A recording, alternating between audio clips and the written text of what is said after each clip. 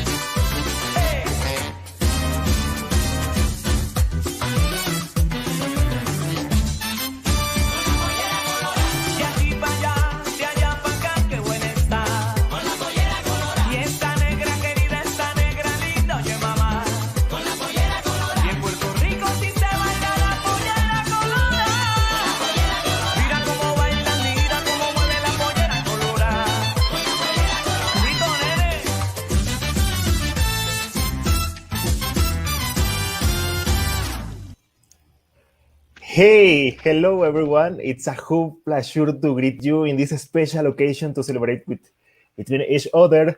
And I'm very excited to meet you. And in this case, hi Abdul, hi Thomas. How are you? How are you feeling in this special occasion?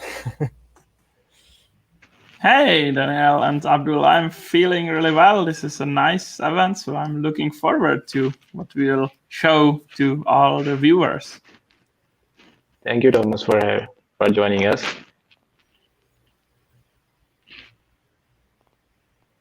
Yeah, we can hear you. And in this case, the idea is, for example, to have a celebration, to acquire new knowledge, in this case, in the .NET field, to learn how to develop our web applications, in this case with .VVM. Show to all the viewers.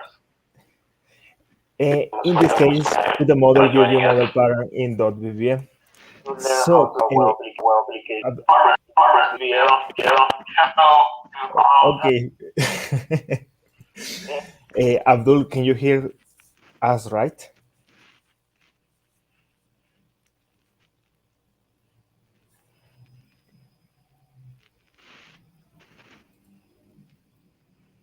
Yes, I hope so. And what about you? Where are you? You can write in the section comments to have a communication uh, between each other, and in this case, connect and participate to connect. In this case, we will have an amazing agenda to start with practical topics, and also at the end of this event, we will have a live concert with a singer from the Americas region to celebrate. And the agenda I'm going to show you in the screen, as you can see now. To start, we will know the story behind .vvm. I think that everyone wants to know what is the history, what is the job to create a new framework, what is the process, and we will start with Thomas with this part. For then have a practical session, in this case, for example, to learn, in this case, what this framework does. In this case, for example, the framework to create web applications with C# and HTML in .NET. For then, have a blazing fix up, in this case in DotVVM, but there is for everyone. And then have other demos, for example, to have a facial recognition and language translation, considering that we are in many countries in the world, and also in many languages we can take this approach. And then live artistic and cultural concert to have a nice and incredible experience in this space. So to continue, Abdul, can you hear us?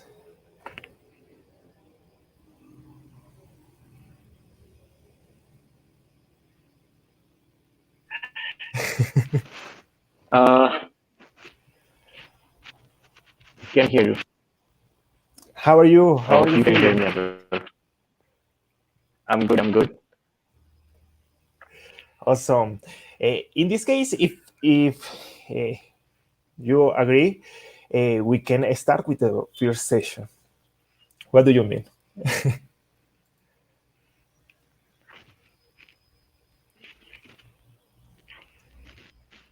Thomas, Abdul? Yeah, I'm looking for the share screen button, so we can Okay. start. According to the production step, we can start in the general way to start with the first session.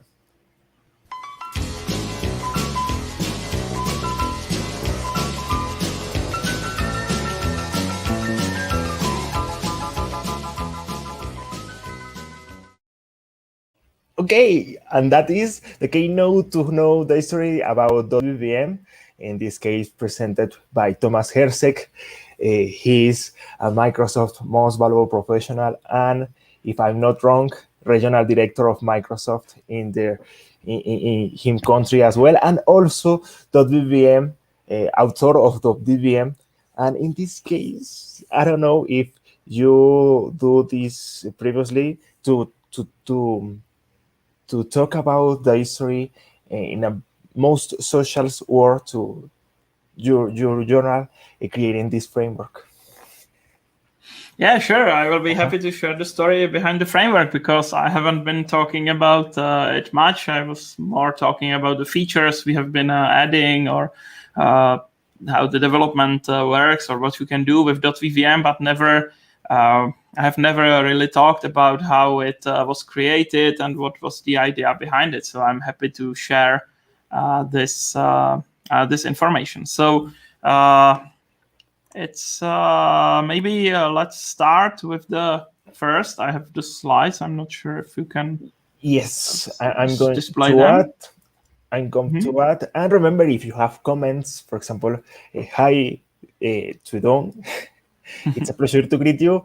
And remember, we will have awesome gifts across the event. And in this case, the screen now is shown in the stream, so we can see now. Perfect. So, of course, if you have any questions, just send us comment, and I will give the answers if I know them. I should, because it's about the thing we have been doing. So hopefully it will be fine. So maybe for the first timers who joined us recently, so what exactly is .vvm? So basically it's a framework that allows you to build web applications in the C# language. So if you are a .NET developer, if you like C# programming, you will be able to create web applications using .vvm, and it's very easy. One of the key features of the framework, one of the reasons why we created this, is to make it easier to create web applications than before. So .vvm focuses on a great productivity for all the .NET developers. So we want you to be really productive. We want you to be able to finish all your tasks, to do what you are supposed to do quickly and easily. So the framework provides quite a lot of abstraction over common scenarios or common things that you can see in web applications. And there are a couple of things that helps with. First is that the framework contains a lot of built-in components. So you don't need to write everything from scratch. You have quite a lot of components that are usable, and you can just use them for doing things you want. So for example, if you want to render some table with data from database, it's very easy to do with .vvm, and it will support sorting and all those stuff that tables on the web support. And we have components for a lot of other things, so it's pretty easy to use. And of course, you can apply styles on the components. You can fine-tune them so they will better fit your needs. And then you will just compose the application from the individual components. The other thing that really helps is the data binding and model view model approach. This is a little bit technical. I know that we have a lot of beginners watching us. So this is I would say this is the way of connecting the web page to some data. So if you have a database where you store some information, data binding allows you to easily connect the item from the database and display it to in the web page. Or if user enters some information, you can data bind it back to the database. And if you compare .vvm to other frameworks, because .vvm is not the only way to build web applications, there are React, Angular, and a lot of other Blazor, a lot of other frameworks. Most of these frameworks require that you have some API on the server, and the framework will communicate with this API.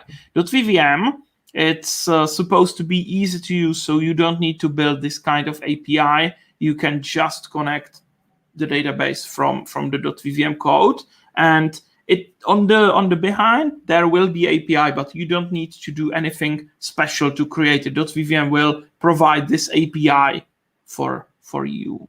So it's quite easy to do a lot of things in .vvm, and of course we are building the framework. We are constantly working in order to improve it and enhance it and add new features. So of course we are looking for other things that can be simplified, and then we will implement them into .vvm. So these things will be also very simple.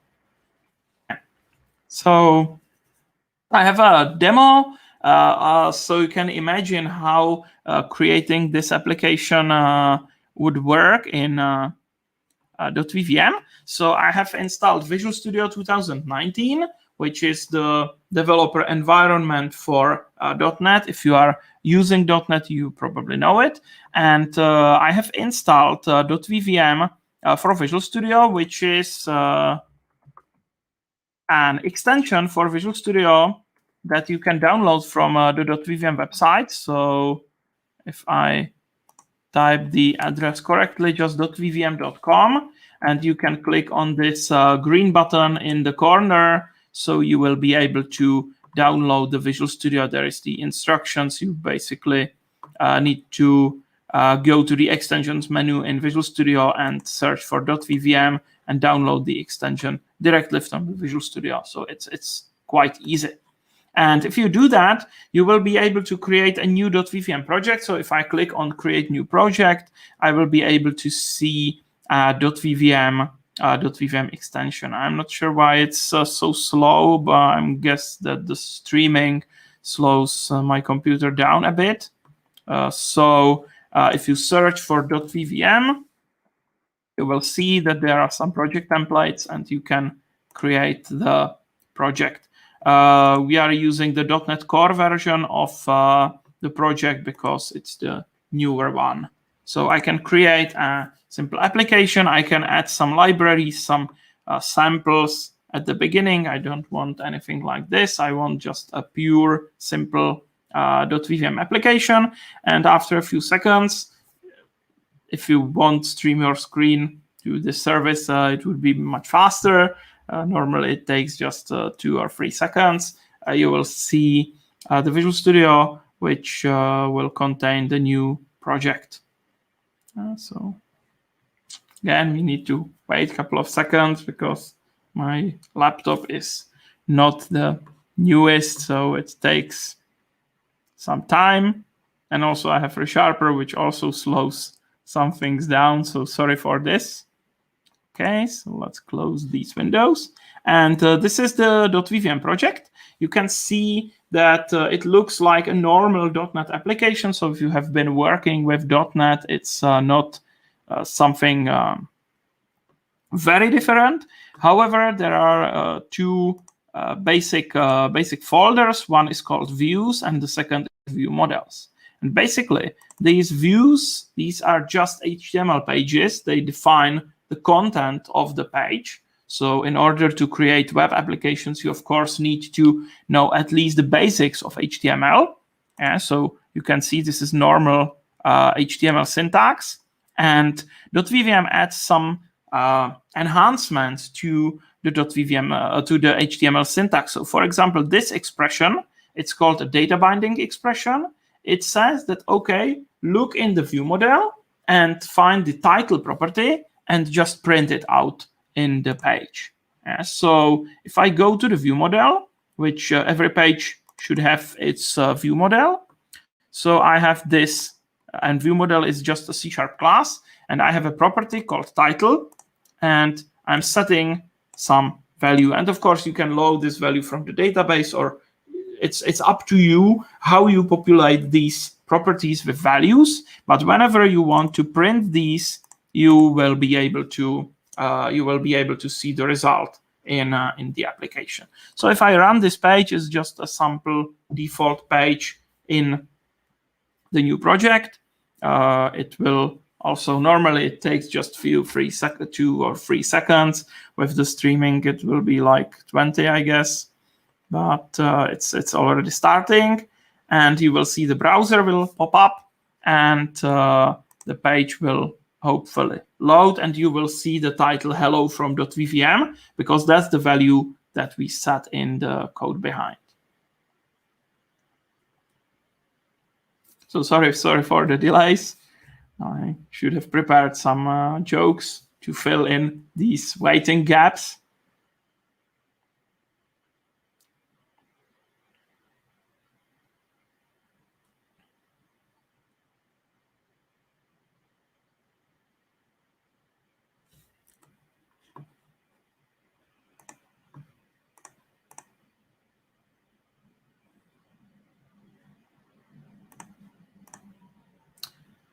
Okay, so it seems that Visual Studio is doing a lot of work.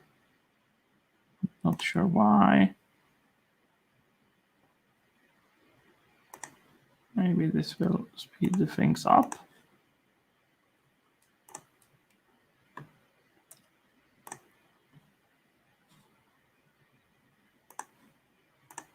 Okay.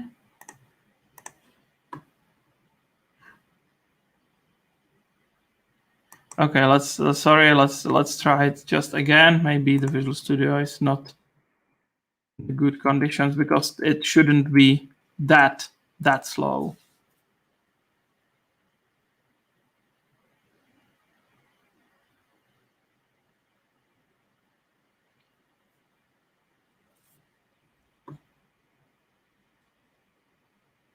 Oh wow! Hello, super. After 2 minutes, you have the screen. So this is the demo page. However, this text is dynamic. So of course, it's because it's bound from the view model. So if I go here and change the value in the view model like this, so let's say hello everyone.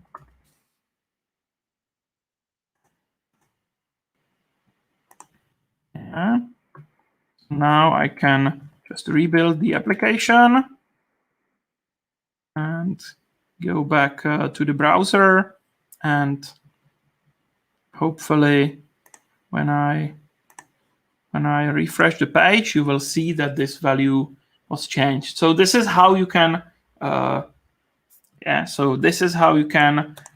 make things dynamic in the page. So let's do something else, because this is very simple demonstration of the data binding. Let's do something else. You can use components which are part of the framework. So for example, we have the text box control, and I can bind it to the same property as the title here. And because the data bindings work in 2 ways, so if somebody changes the value in the text box, it will propagate to the view model, and from there it will appear here in this title. So this will also allow the user to change the title. And you can also create buttons. For example, there is a button control. So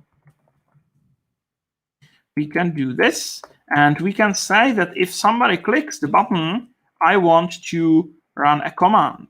So I will say command, and for example, change title. And I can, as you can see, the Visual Studio extension, it sees this function doesn't work. It's not declared anywhere. So you can see this light bulb, and you can create this method. So it generates this method for me. So I can say title, hello. Yeah, so this is the way how you can change the value in the view model, and it will propagate back to the page. So let's rebuild the application again, and now we can refresh the page, and you will see there will be a text box and a button. And so this is bound to the same value as the title. So if I say hello from Prague and just leave the page, you can see this will change immediately, because these 2 controls, these 2 places are bound to the same value in the view model. If I create properties for each place, they would have different values. And if I click the change title button, you can see it changes, and also it changes on both places. So with .vvm, it's very easy to design forms, to use buttons, to use all the things you are used to from other technologies. If you are building, for example, WinForms apps or WPF or anything like that, it's very similar. You have a lot of components right here. There are more advanced controls, like, for example, grid view, which you can just give a table from the database and it will print out all the records. Or you can use repeater, which is useful if you have collection of objects and you want to render something for each object, etc., etc. There is a lot of things. If you want upload files, there is a file upload component, and there is the IntelliSense, which will tell you which components are actually available here. So this is a basic usage of .vvm. So how this started? So in together with all the things that Daniel mentioned, that I am like Microsoft Most Valuable Professional. I'm a former regional director. I'm not regional director anymore, but a few years ago I was. And I'm also a founder of Riganti, which is a software company which is based in Prague. Actually, I'm sitting in the offices at Riganti. And we have been, for our customers, we have been building a lot of web applications and other pieces of software. And in 2014, we were using ASP.NET Web Forms, which was Microsoft framework as part of .NET. And it was the way how web applications were built on that time. There was also ASP.NET MVC, but web forms were still very popular. However, at that time, a lot of web applications started to be really interactive. Before these years, many web applications were mostly static, so you loaded some page and then you worked on the page, but only filling some fields or reading some values. There were not many interactive elements, and then you clicked on some button and the entire page was sent to the server, everything got processed, and you got a new page with new information, for example. But at that time, there were a lot of popular sites, also like Facebook, where everything was interactive. Somebody posted a comment and it appeared immediately. Yeah, so these features, because customers saw these features everywhere, so they asked us to make also their applications interactive, same as Facebook, same as everything else, same as any site which you can see today. It's very interactive. Yeah, so in web forms, it wasn't very easy to do. It required learning a lot of JavaScript or jQuery or libraries like that. And at that time, there were frameworks like Angular and React, which were gaining more and more popularity. So we were trying to use this framework. However, it was a huge amount of things you had to learn, because it's not only about learning JavaScript language. You also need to learn all the ecosystem, all patterns, all the libraries which are being used. And these frameworks also, they don't contain all the features you will need. So probably you will also be searching for some other extensions or libraries or components, because, for example, React, it's quite simple library for manipulating with elements in the page. However, if you need some complex component like the grid view, you have to either write it yourself or you need to find some existing grid view and integrate it with the framework, because React, it's quite low level. And also because the server-side part, it was still in .NET, and the client-side, the page was in JavaScript, it means that you need to build some API on the server, which the JavaScript can communicate with. And also a lot of things we had to declare twice, because the same information about the order had to be on the server and on the client. And you have two languages to express the same thing. So a lot of code was basically duplicated between two places in different languages. So it wasn't very practical. So we didn't, at the end of the day, we didn't end it with Angular or React. We found a library called Knockout.js, which is also very lightweight, but we liked it because it was using the model view model approach. You have seen view models in .vvm, and they are heavily inspired with view models in Knockout.js. And we have also been building some WPF applications, so we knew this design pattern from that. So it looked practical to use the MVVM approach for building these web apps. But same as Angular or React, even if we used Knockout.js, which is a JavaScript library, also we had to duplicate a lot of code. We had the order class in the C# code, and then we had the same class in JavaScript, because Knockout needed to know the structure of the order and things like that. Also the validation, if the end user entered data, we wanted to display the error message immediately. So we had to write the validation code in JavaScript. But of course, you need to validate everything on the server. So we had the same code in different language also on the server.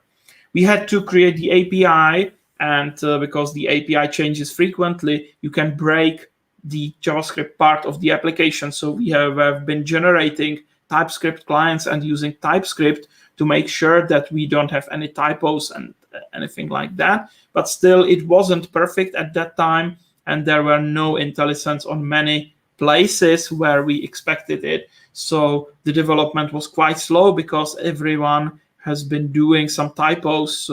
And it takes some time until you discover it. There is no compiler that would check everything, the entire code base, and said, okay, this function is not declared. You had to click through the application and just find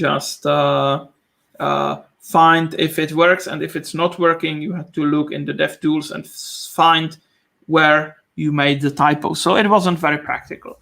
And so we got the idea, okay, we like Knockout.js, it's really practical, but we don't like how much code we need to write and that there are some duplicate things we need to do. So what if we just could get rid of the JavaScript part and just use the server-side things in C#, because C# has IntelliSense, C# has debugger, C# has great tooling in Visual Studio, and we could somehow generate the JavaScript part because it's not very complicated, and most of it was just a repetitive piece of code that could be generated from the C# part. So that was the initial idea. So we have sat down and figured out how the syntax should look like, how the components will look like if there is the data binding, and how it would be declared. And we also added things like validation, because most of the applications we were writing was some data-driven applications with a lot of forms or complicated grids. So these kind of things, we wanted to make them really easy to do. And also we didn't have good experience with ASP.NET Web Forms, because if we used some controls from Web Forms, they generated really ugly HTML code, and it was not very easy to make good styling for the controls. So we focused on the controls in .vvm, so that they would generate very simple and easily stylable HTML code. So the grid view renders a pure table in HTML, and you can apply CSS to make the table look exactly as you like. So this is what we focused on. And we didn't plan originally to make it open source, but then we saw, okay, this is a great tool. It works for our purposes, but maybe it would be useful for someone else. So we placed it on GitHub. By the way, the original name wasn't .vvm. Originally, the framework was called Redwood, but then we saw that the domain redwood.com is taken, and the NuGet package Redwood is already there, and it contains some other thing. So we had to find out some unique names. So basically, we said .NET and MVVM. So let's take a part of both these words. So we have .vvm right now. And it's unique. We get the domain, we get the NuGet package and everything. And very shortly after the code appeared on GitHub, I was speaking about .vvm on some conference. And one of the main contributors to .vvm, who is responsible, I think, for 70% of the .vvm code base, he found us and he joined the team. Later, we employed him in Riganti, because we really liked what he is doing on the framework. So we are really grateful for his help. So this is the most active contributor on the framework. It's not me, it's Standa, my colleague. And later we joined the .NET Foundation with the framework, because it would help us a bit with marketing of the open source project and spreading the word about the framework. Because the crucial thing, if the project is open source, the crucial thing for the project is to have a good and healthy community. And it's easy to do things locally, like in Czech Republic, many developers know me. So if I create something, people from the Czech Republic will know, but it's very hard to go across the boundaries or to go global with any kind of idea or any kind of project. So this is what we hope that .NET Foundation will help us, and is currently helping us with, and not only to us, to all open source projects which are part of the .NET Foundation. So the framework is continuously developed from 2014, so it's like 7 years. Currently, we have the version 3.2, and we are working on 4.0, which should be released later this year. It's an incredible amount of works. It's many thousands of commits on the GitHub, and currently there are about 6 or 7 people who are working on the .vvm project, who are implementing new features or providing feedback, because we use .vvm on many projects in Riganti, so we have the feedback from real scenarios, from real customers. And also we have a great community, and a lot of people and companies are also using .vvm and communicating with us on GitHub and giving us feedback and feature requests. So if you are interested in .vvm, go to our homepage, download the extension for Visual Studio, and you can create a new project and you can start playing. We have the documentation, which is also incredibly complicated and time-consuming process to make it really work. So if you find any problems with the documentation or if you find something that is missing from there, just let us know. It will help us to make the documentation really, really awesome. And we have a Gitter chat. Gitter is a nice service where you can communicate with the team members of GitHub project. So the entire .vvm team is there on Gitter, and so you can engage in discussions there. So if you want to start, download .vvm for Visual Studio and create new project, and you can start playing right now. So if you have any questions, let us know in the comments. I will look in the comments if there are some, but I cannot see anything. So that's it. Even if you have any questions later, just send us a comment. Thanks, and I hope that you will have some fun with .vvm. Wow, thank you for this presentation about .vvm. In this case, let me add Abdul. Yeah, Hey. thank you, Thomas, and thank you, Daniel. I hope you can hear me better now. Sorry, I had network issues. All right, thank you, Don't Thomas. worry. Yeah, I agree with you on the challenging part regarding learning React.js and AngularJS. So even I found it difficulty basically implementing in the first stage. So with .vvm, basically it's removing the challenges, and it's like very easy to install, and it's basically easy to test as well. And also like I didn't know about the redwood part, so it's one of my favorite redwood. Yeah, this is new.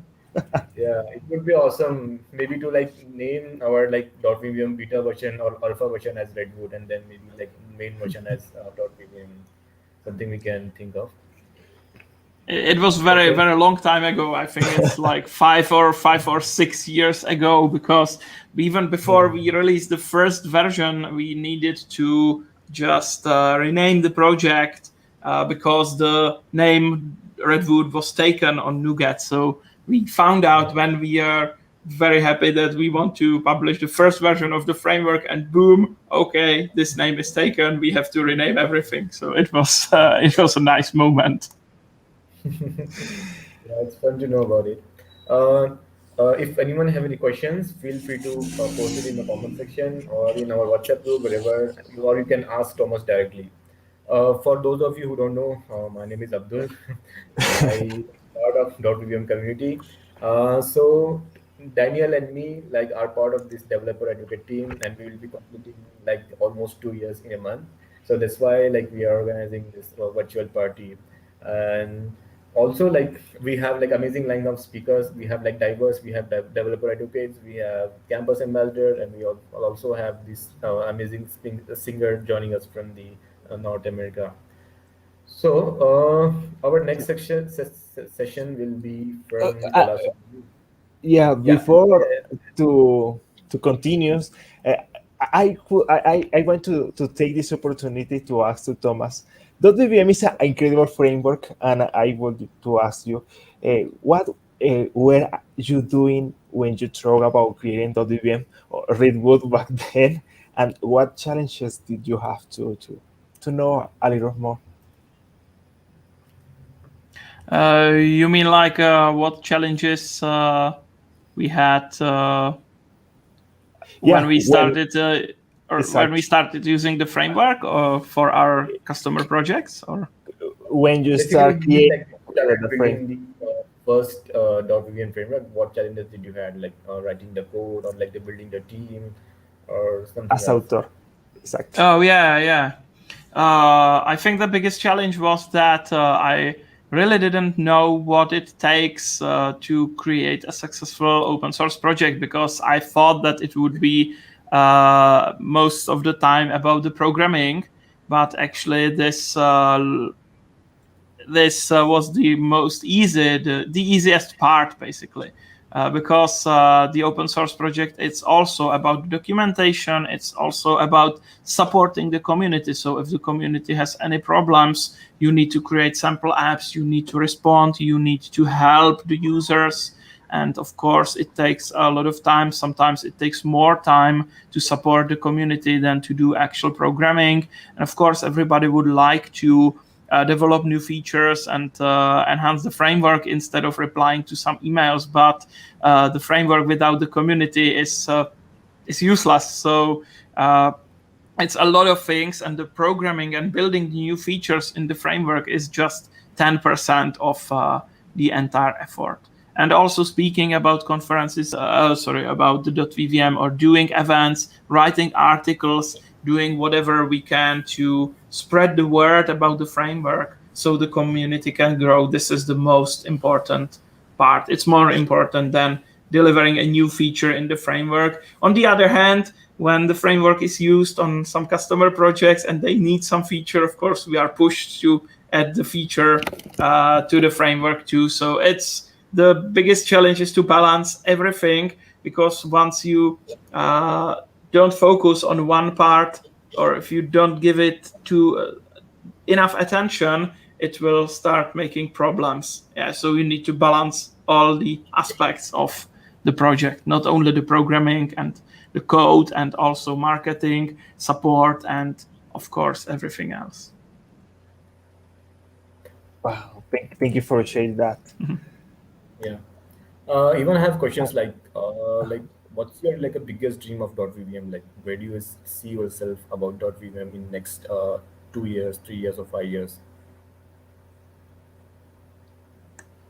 Well, I think that still we have a lot of work in front of us. There is also, of course, a lot of features I would like to have in the framework, but also I would like it to be more known as an alternative to Blazor or other frameworks on top of ASP.NET Core, because I think that the model view model approach is still very interesting and can be practical for many kinds of applications. And when I compare how things are done in .vvm and in Blazor, I still think that we have some things in .vvm that are easier than with Blazor. Of course, there is a lot of marketing efforts in Microsoft to push Blazor as the main technology, which is fine. We don't want to compete with Blazor.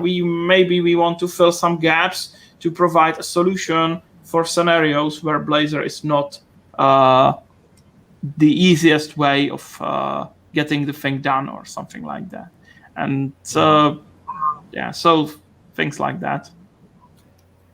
Thank you for that. Mhm. And also, like, I have like one personal question regarding .vvm. So since you have like lot on your plate, like you have been part of the open source community, and also you are building .vvm, and also you are building Riganti. So how do you keep yourself balanced on all of these aspects? As in, like, Okay, this is also a challenge, because to be involved in so many things means that sometimes you are 12 hours in the office, and you still haven't finished everything you planned for the day. But luckily, I really like what I'm doing, so I don't mind if I spend some extra hours in the office, because if I wouldn't like any of these things, I would just not be doing it. But since I like all of it, I'm doing all I can. that's great to know. Daniel, can we move to the next session, or we can ask Thomas more questions? Yeah, we can have 2 or 3 minutes more. And one thing to mention as well is that we have gifts to give to you. And if in this case, Thomas, if you can say a question, and if someone answer, you can take a subscription. In this case, in this particular case, about a subscription about Spotify Premium. And in this case, Thomas, I don't know if you have or if you can say some question to someone can respond in the section comments. Okay, so I have one question, and I think that everyone who has been listening so far, I think that they should, because I was telling it in the stream. So, what is the version of .vvm we are preparing, and that will be shipped until the end of this year, hopefully? So, just one number is the right answer. Okay, what is the version of .vvm 2%? You can write in the section comments to win a Spotify Premium subscription. Maybe also you can divide this question, Thomas, as like a main stable version and then the beta and alpha version as well. So that if someone Googles, they should know all this. Okay, we will hope for that. So, Sure. In this case, we are ready to continue with our agenda. What do you mean? That is, are you ready to continue to the other session? All right. So before we begin our next session, we'd like to introduce Olasobumi. So Olasobumi is our awesome campus ambassador, and he's been very active in our community since more than a year. And he's also part of the different communities as well in Nigeria. And he's very good with basically social media marketing, and he has like a very good presence on Twitter and other social media channels. So Olasobumi is currently studying in Nigeria, and we are very happy to have him here presenting us in this virtual meetup. So Olasobumi, like, if you can unmute and start sharing your camera as well, we would like to see you. Okay, from the production staff, we can Yes. give the welcome to the Olasobumi. So here we go.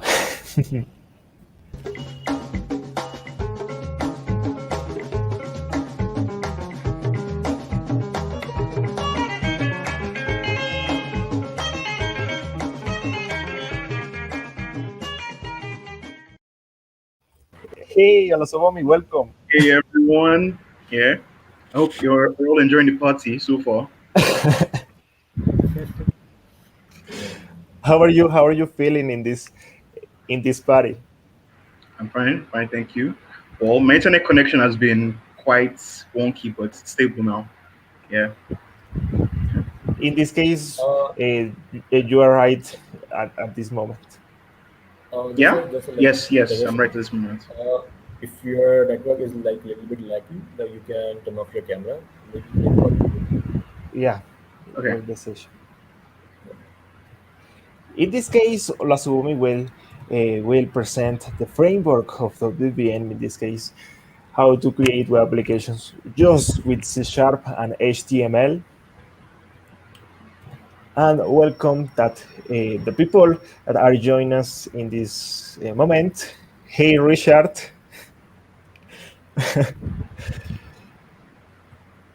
Sieri. Sorry if I pronounced it wrong, but hello.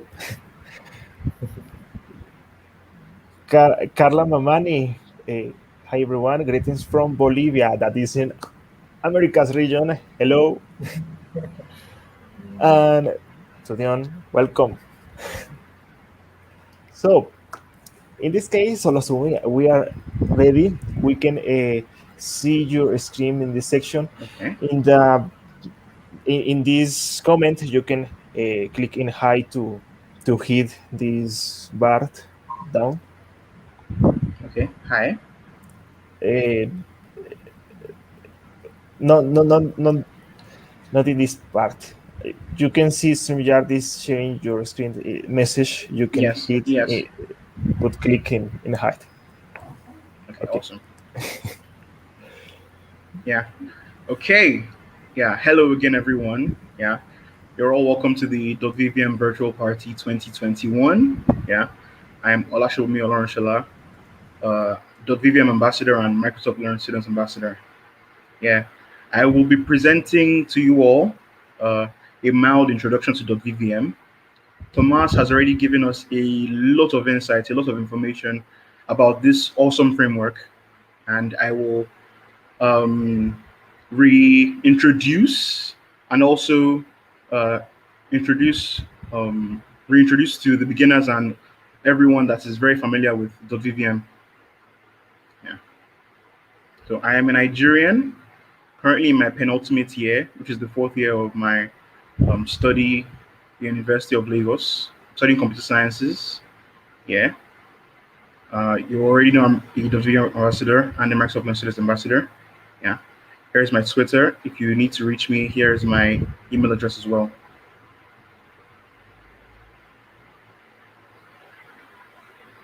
Okay, so let's get started. Yeah, history of .vvm. Yeah, so by the great developer, yeah, Thomas Herzeg. Yeah, real developers don't use frameworks. They told me, and I kind of agree. Real developers build them. Yeah, this is the inspiration for .vvm. Yeah, how it all started. Yeah, there's a whole lot more on the history of .vvm uh, on this link right here. Yeah, this blog post for how it all started. The first stable release of .vvm, yeah, version 1.0, was published in June 2016. And since then, we've made great strides. We've improved quite a lot, and we'll be releasing a new stable version really soon. Yeah, watch out for that. Yeah. Okay. So let's get right to it. Yeah. What does .vvm really mean? What does it really mean? .vvm. Where does the dot come from? .com or .net? Haha, lol. Yeah. If you guessed ASP.NET, you're correct. .vvm utilizes ASP.NET on the server side. All the logic, yeah, is supported by ASP.NET. Yeah. Okay. If you're all wondering what ASP.NET is, it's an open source framework. Yeah, it's free and cross-platform, developed by Microsoft. Yeah. Can anyone correctly tell me what ASP means? If you can, yeah, there's a prize in store for you at the end of the event. Yeah. Please, Daniel, could you help me kindly check the comments in the next 2 minutes if anyone guesses correctly?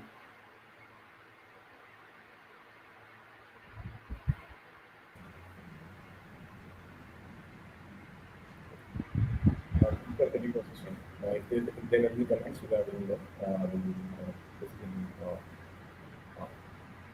Yeah. I will tell you. Yeah. Okay. Okay.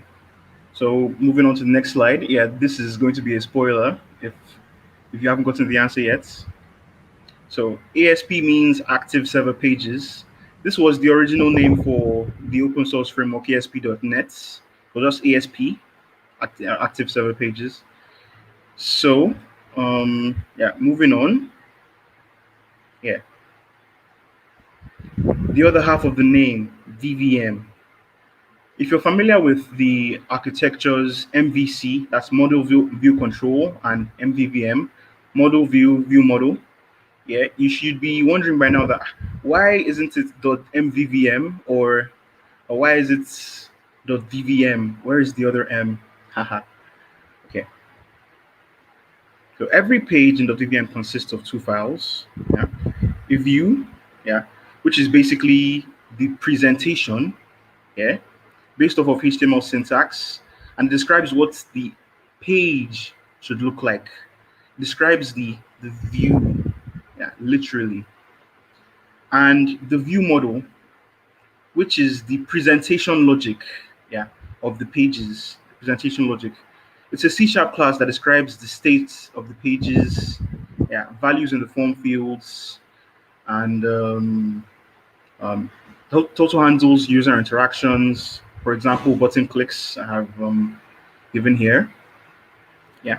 So this is where the VVM .vvm comes from. Yeah. So I hope we've all gotten a grasp of why .vvm is named .vvm now. Yeah. It's an open source ASP.NET framework, and it uses the MVVM architecture, model view model architecture.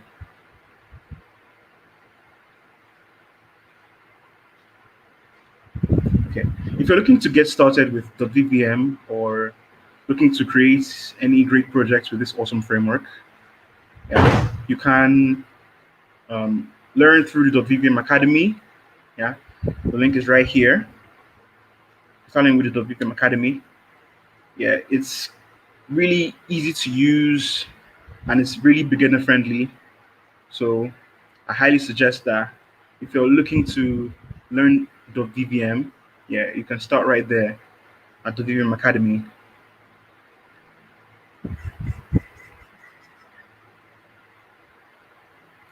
Yeah.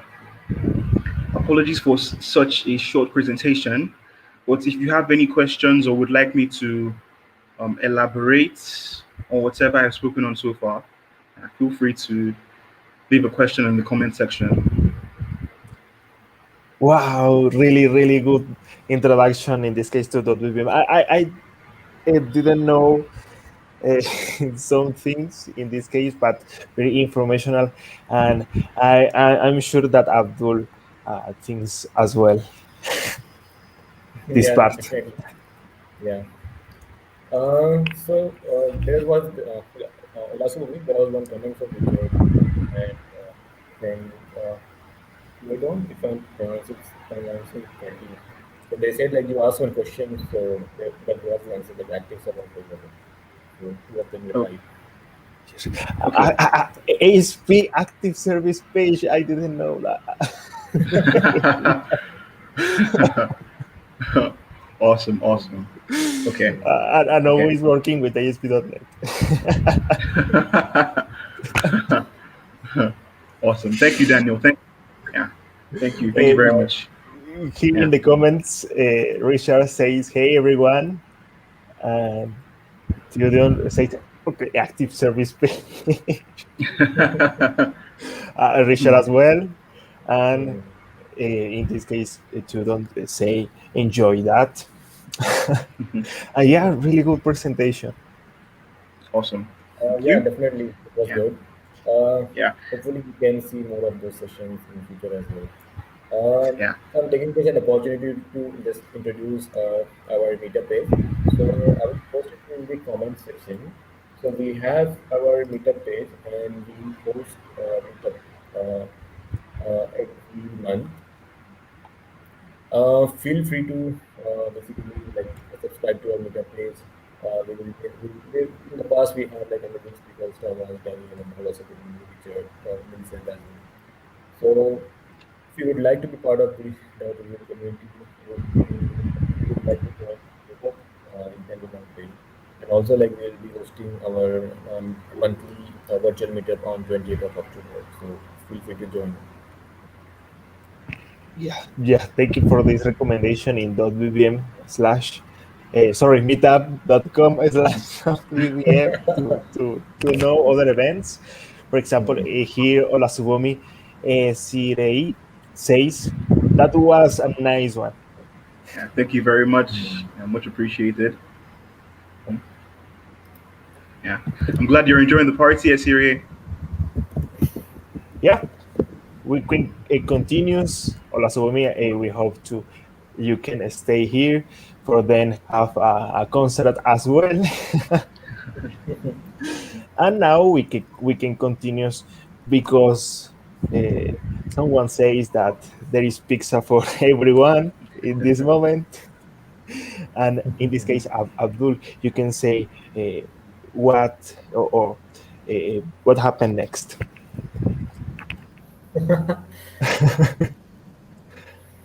Uh, so we will like ask few more questions to Subhumi, like, Okay. and then we can move to next session from Thomas. So Subhumi is very active in our community, and he has been posting medium posts, and also basically we're presenting in our meetup. So can you tell us like a little bit about like what do you like about .vvm community? Good question. Okay, yeah. I love the WVM community, and my favorite thing is interacting with you all, advocates and ambassadors alike. Yeah, and the awesome creator of WVM, Thomas. Yeah, thank you for the opportunity again. Yeah, I can't believe that over a year ago, that's in like March 2020, I received an email from Abdul stating that I was accepted. I was super glad. And as soon as I received the email, I had to post an article about how much I appreciate WVM on my Medium. Yeah, I'll even send, let me paste the link in the chat. Paste the link. Okay. Sure. Yeah, so that's the link to my article on Medium. Yeah, introducing the WVM Academy, which was my first Medium post as a WVM ambassador. Yeah, and another great thing about WVM, yeah, the community. I'm glad that I have been able to make, I think, up to 3 presentations. This should be my third presentation now. Yeah, Yeah. In a virtual meetup. I've done 2 presentations in virtual meetups. This is our first virtual party. Yeah, woo! Yeah, super excited. Yeah, Mm. yeah, I love Uh, everything about the community. yeah. I still remember your first presentation. Like you were a bit nervous, and you were asking like, how will it go? So, I mean, it was like a first step, and you did it like really well. And thank you Thank for you. being part of the community. Yeah, and that's awesome in the community, your participation. I remember as developer advocate 1 year ago that my English was really bad. Currently, my English is very humble, but Olasumi helped me to improve my communication skills because I remember that Olasumi started to learn Spanish. And this is very, very, very awesome that this is not only with technical part that we can work in our not technical skills, human skills with the community, and in this way achieve more between each other. So, wow, this is an amazing part of Lasumi, and also thank you for that. Yeah, you're welcome. Thank you, Yeah, much Subhumi. appreciated as well. And if someone wants to speak to learn Spanish, we can have a club. Yeah, definitely. Even I'm thinking of joining this Spanish group. So just being active, basically enthusiast about languages, especially Spanish. That was a great presentation, Olasabumi. I think we will now move on to our next session with Thomas. So before moving on to the next session, we would like to ask more questions to Thomas. So like this is our like a great chance of asking, and he's also like dedicated his I think most of the time for the .vvm, and he's like the best person to answer about that. So with regard to the community, we have been seeing growth, but what do you see in like a next 2 or 3 years regarding .vvm community, Thomas? Well, it's hard. I'm not good at these predictions because you know how software developers often do estimates of anything, time, price, everything. So it's hard for me. Of course, I would like to see the community growing. I would like maybe more. I don't know how to express that, but I would like to .vvm developer advocates to be more visible on, for example, Microsoft events, because in 3 weeks we have .NET Conf. We will be there as a sponsor of one of the sponsors of the .NET Conf, which is a conference organized by Microsoft. But there are more conferences like that, so I think that I'd like to see .vvm spread the word also to other conferences, not only to events which we organize. So that's what I would like to see. But of course, it's there are thousands of ways of what we can do, what we can improve in, and I would be happy for any of the ways. So this is, of course, not the only one. I agree with you on the conference part. Like even like before pandemic, like even I was trying to get more visibility on .vvm. Yeah. Even I was basically my proposal was accepted for FOSS Asia 2019, but because of the pandemic and all of those things like got cancelled, and it didn't further from that point.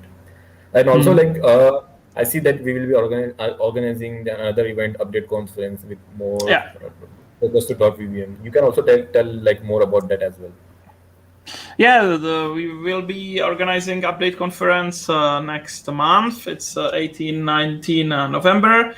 Because of the COVID, we are still not sure if the event will be like normal conference in Prague. We still hope that it will be, but maybe the COVID will not agree with our plans, so we will have to switch the conference to the online.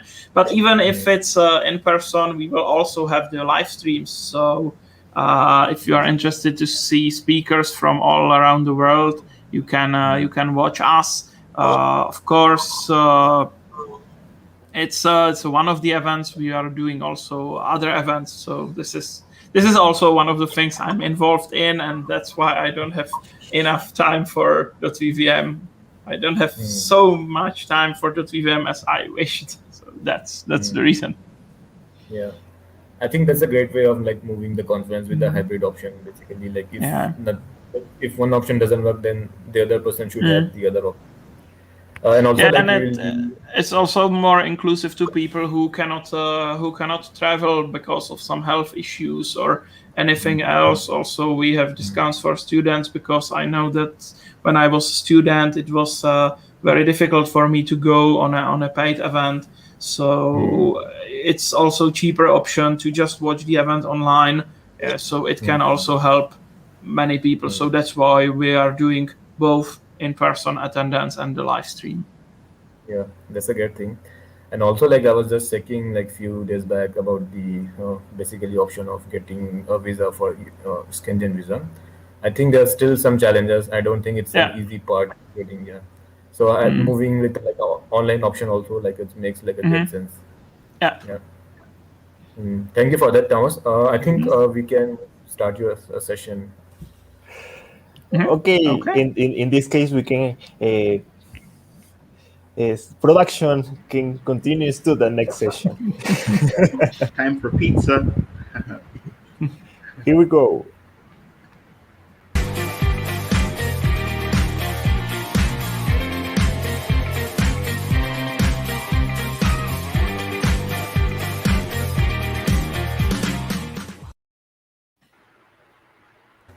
There is pizza for everyone in .vvm. Okay, this is a .vvm virtual party, so it's virtual pizza for everyone. Sorry if you expected real pizza. This will be only virtual.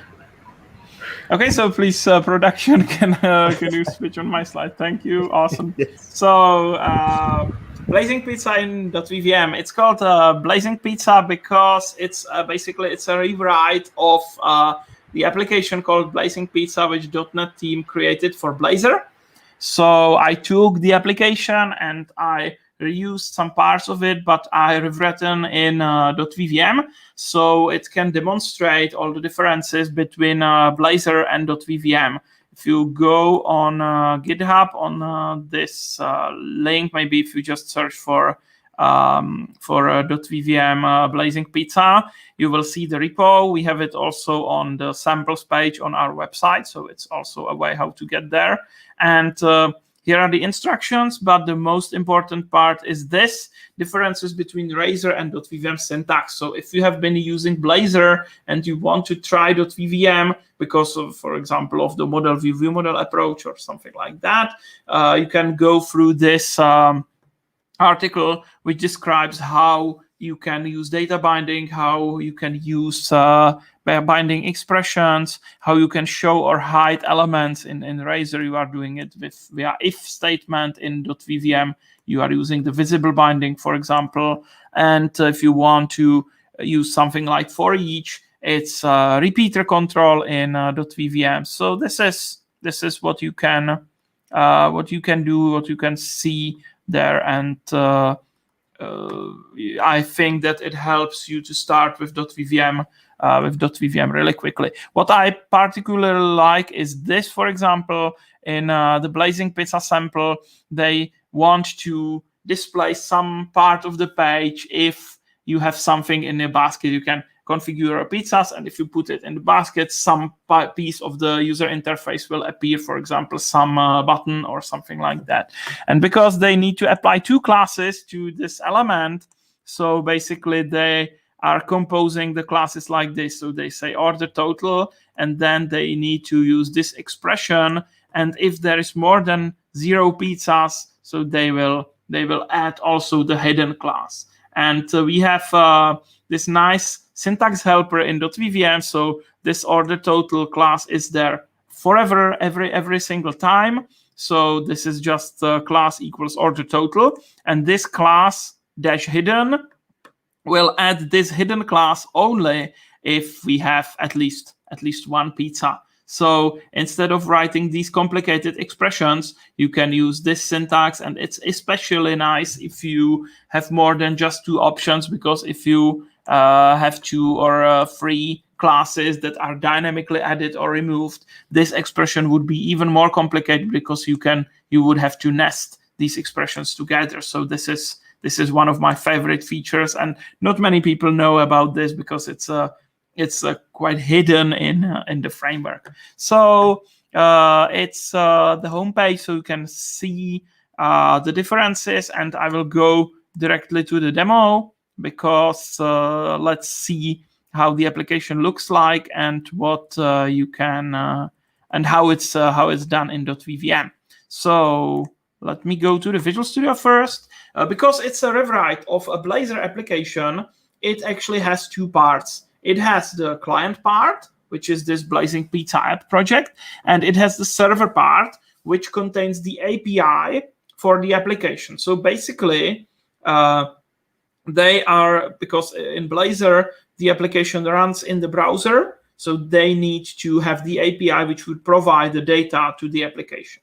In .vvm, this is not necessary, because the .vvm app, the view models are running on the server, so they can access the database directly. They don't need to communicate through some API. However, because it's a rewrite that should show the differences between 2 technologies, I didn't want to do some large architecture changes, so that's why I kept the API, even though it's not entirely necessary. However, in some other scenarios, you would implement the applications even in .vvm like that. If you, for example, actually already have the API, then it makes sense to connect the .vvm application to the API, because you already have it. But if you are writing a new application from scratch, this is probably not the way how you would do it.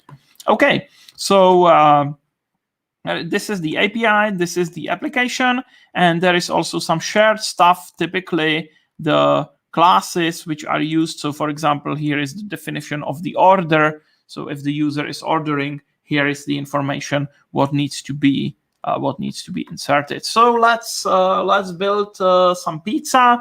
So I would like to basic cheese pizza, for example. Let's make it really big because I'm really hungry. So 17 inches, which is like a wheel of a car, I think. It's very nice. And let's add some toppings. For example, lobster. It's a pretty pricey, but I think I can. I deserve it. So like this, and I can put it in the order. And this is the dynamic element that appeared when you have at least one pizza in the order. There is the animation. You could see, like, I will do it once again. So lobster and go. This animation is done via CSS, so it's nothing special. In .vvm, you are just using the visible property to show the element, and CSS makes it animated.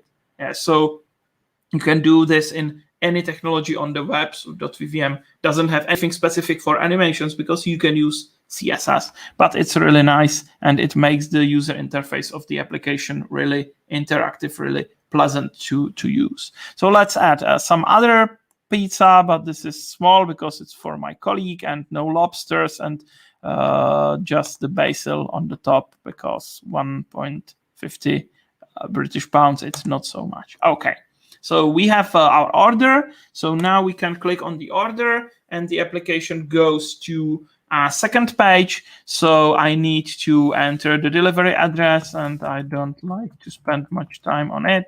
So let's write some nonsense. I hope that they won't actually try to deliver, but it's a virtual, so it should be fine. The virtual courier will probably be able to reach this virtual address, I hope. So that's it. And the order is placed, and the pizza is out for delivery. Yeah. So let's see how the application is implemented. So let's go back to the first screen. You can see there is some menu on the top, some options, and there is this list of pizzas and this sidebar. So let's see what we have here. So the first page is called Get Pizza, and basically it looks like this. So there is some main content. I will collapse this section. So this is the main content, which is the list of pizzas, and there is the sidebar, and there is a configure pizza dialog, which is my own control, which represents the pop-up window where I configure the pizza. So it has basically three parts. But where is the menu? Because the menu is shared for all pages, it wouldn't be really productive to repeat it on all the pages. So what we have here is this is a thing called master page. And basically, it's a template for the entire application. And in the master page, I will specify the menu. So this is the menu, this top bar, that's the menu. And then I'm using this content placeholder, which says, okay, the content of the actual page will go here. Yeah?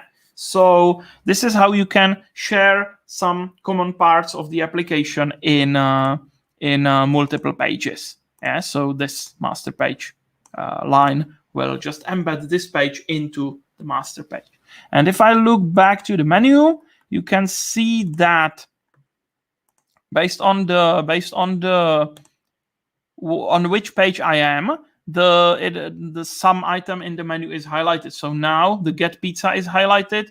Now my orders is highlighted. Yeah, you can see also this thing. Moves based on which page I am, but the master page is same for both pages. So I need to decide in the master page which part of the menu should be highlighted. So that's done like this.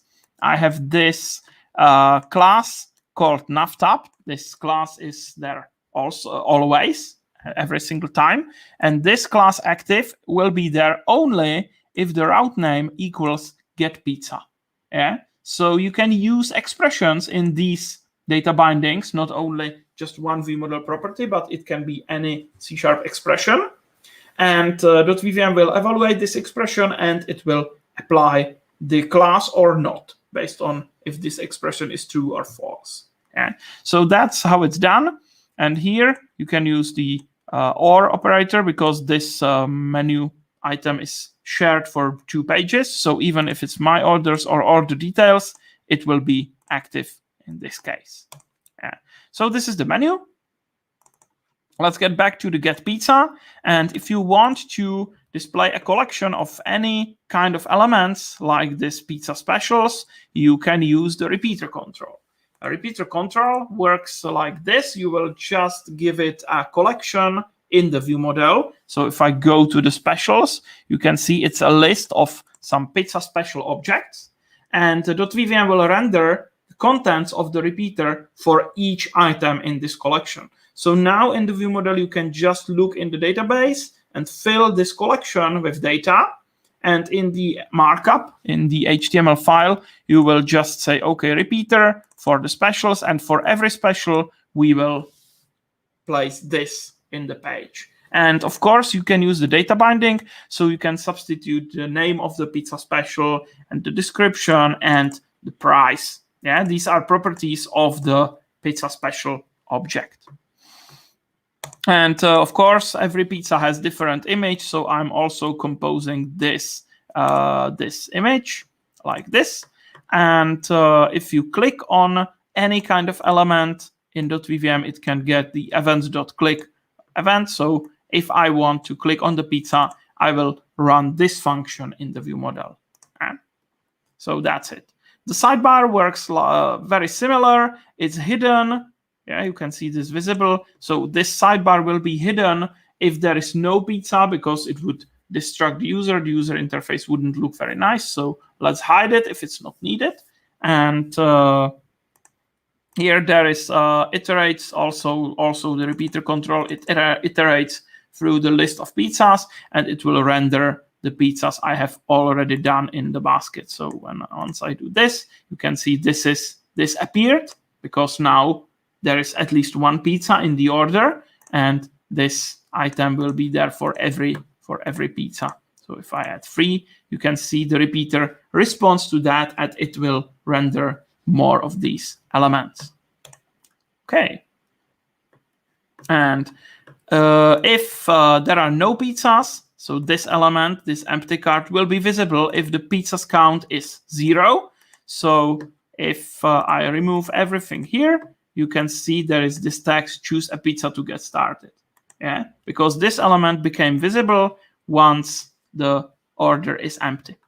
Yeah, and this is the same, like nothing really special here. It's very similar. So let's look at the configure pizza dialog. This is one of the conventions that is recommended in .vvm, is that if you have a model dialog in the page, you should create a control for it, and you should create a separate view model for it. Yeah, so basically what I have done, I have created a view model for the configure pizza dialog. So it's called configure pizza dialog view model, and it's represented as a property in this main view model. So you can basically nest the view models inside each others. And it's very nice, because if I want to display the dialog, I just can call configuring pizza dialog.show, and I will pass some information to the dialog, so it will know for which pizza I have selected, basically. Yeah, and that's it. And the configure pizza dialog, if you look, it's normal HTML, normal piece of HTML, and I can get some information from the parent page. And you can see I'm writing the special name, special description, and I ask the user to choose the size. This is a little trick, because the text box control is very universal in .vvm. It can render any kind of input element. So if I say text box type equals range, it will not render a text box control, but it will render this range picker. Yeah, it's a little hack, I would say, but it works, and I can reuse or maybe abuse text box for doing this. And you can specify the minimum and maximum value, and you want to step by 1. And we basically want to bind the value, the selected value, to the size property in the view model. And that's it. And you can add toppings on the pizza. So I'm using the combo box, which will get the list of all available toppings, and I can select items in that. And I'm rendering the selected toppings using the repeater. So I can add the blazing hot peppers, I can add lobster again, and I can add Canadian bacon, for example. And this is just the repeater control. Yeah. So that's the dialog. And if I look in the view model, it's pretty simple. So it has the show method, which will show the dialog, and it can accept parameters. So the main page will pass this pizza special object here, and I can get all the information I will really need. And I can add or remove toppings. It's very easy. And I can confirm. When I confirm the order, I will call an event called onConfigured, because this dialog needs to signal the main view model that, okay, the user selected something and the main page needs to be refreshed, so the item needs to appear in the sidebar and things like that. So I have declared an event. When I have the pizza configured, I will call this event. And the getPizza view model, it subscribes to this event. So if the pizza is configured, I will call a method addPizza, and it will give the pizza to the sidebar. Yeah, so this is how the dialog and the page can communicate with each other, and everything is written in the C# code. So you have IntelliSense, so you have debugging, you have you cannot make a typo here because compiler would tell you immediately. So it's very nice, and that's why I really like this this approach. And to show and hide the dialog, there is also one trick. If you set the data context to any element to null, this element will be hidden. So that means that by just setting null or some other object into some view model property, you can make the dialog appear or disappear. Yeah.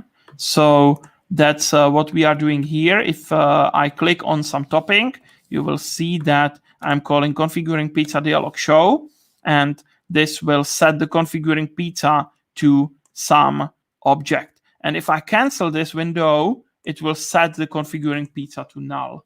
Yeah, so because .vvm will remove all the elements that have null data context, you can use this to your advantage by just in order to show or hide the pieces of the UI in the page.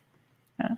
So that's how it's done, and you can review also the other pages, but I have shown most of the concepts we have here right now. So that's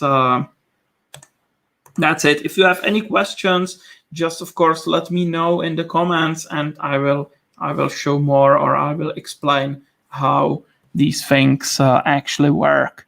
But most of the things are pretty straightforward. And as I said, this application, it's not using database. It communicates with this other project which provides the API. So on many places in the view model, I'm just calling HTTP client and calling this kind of API.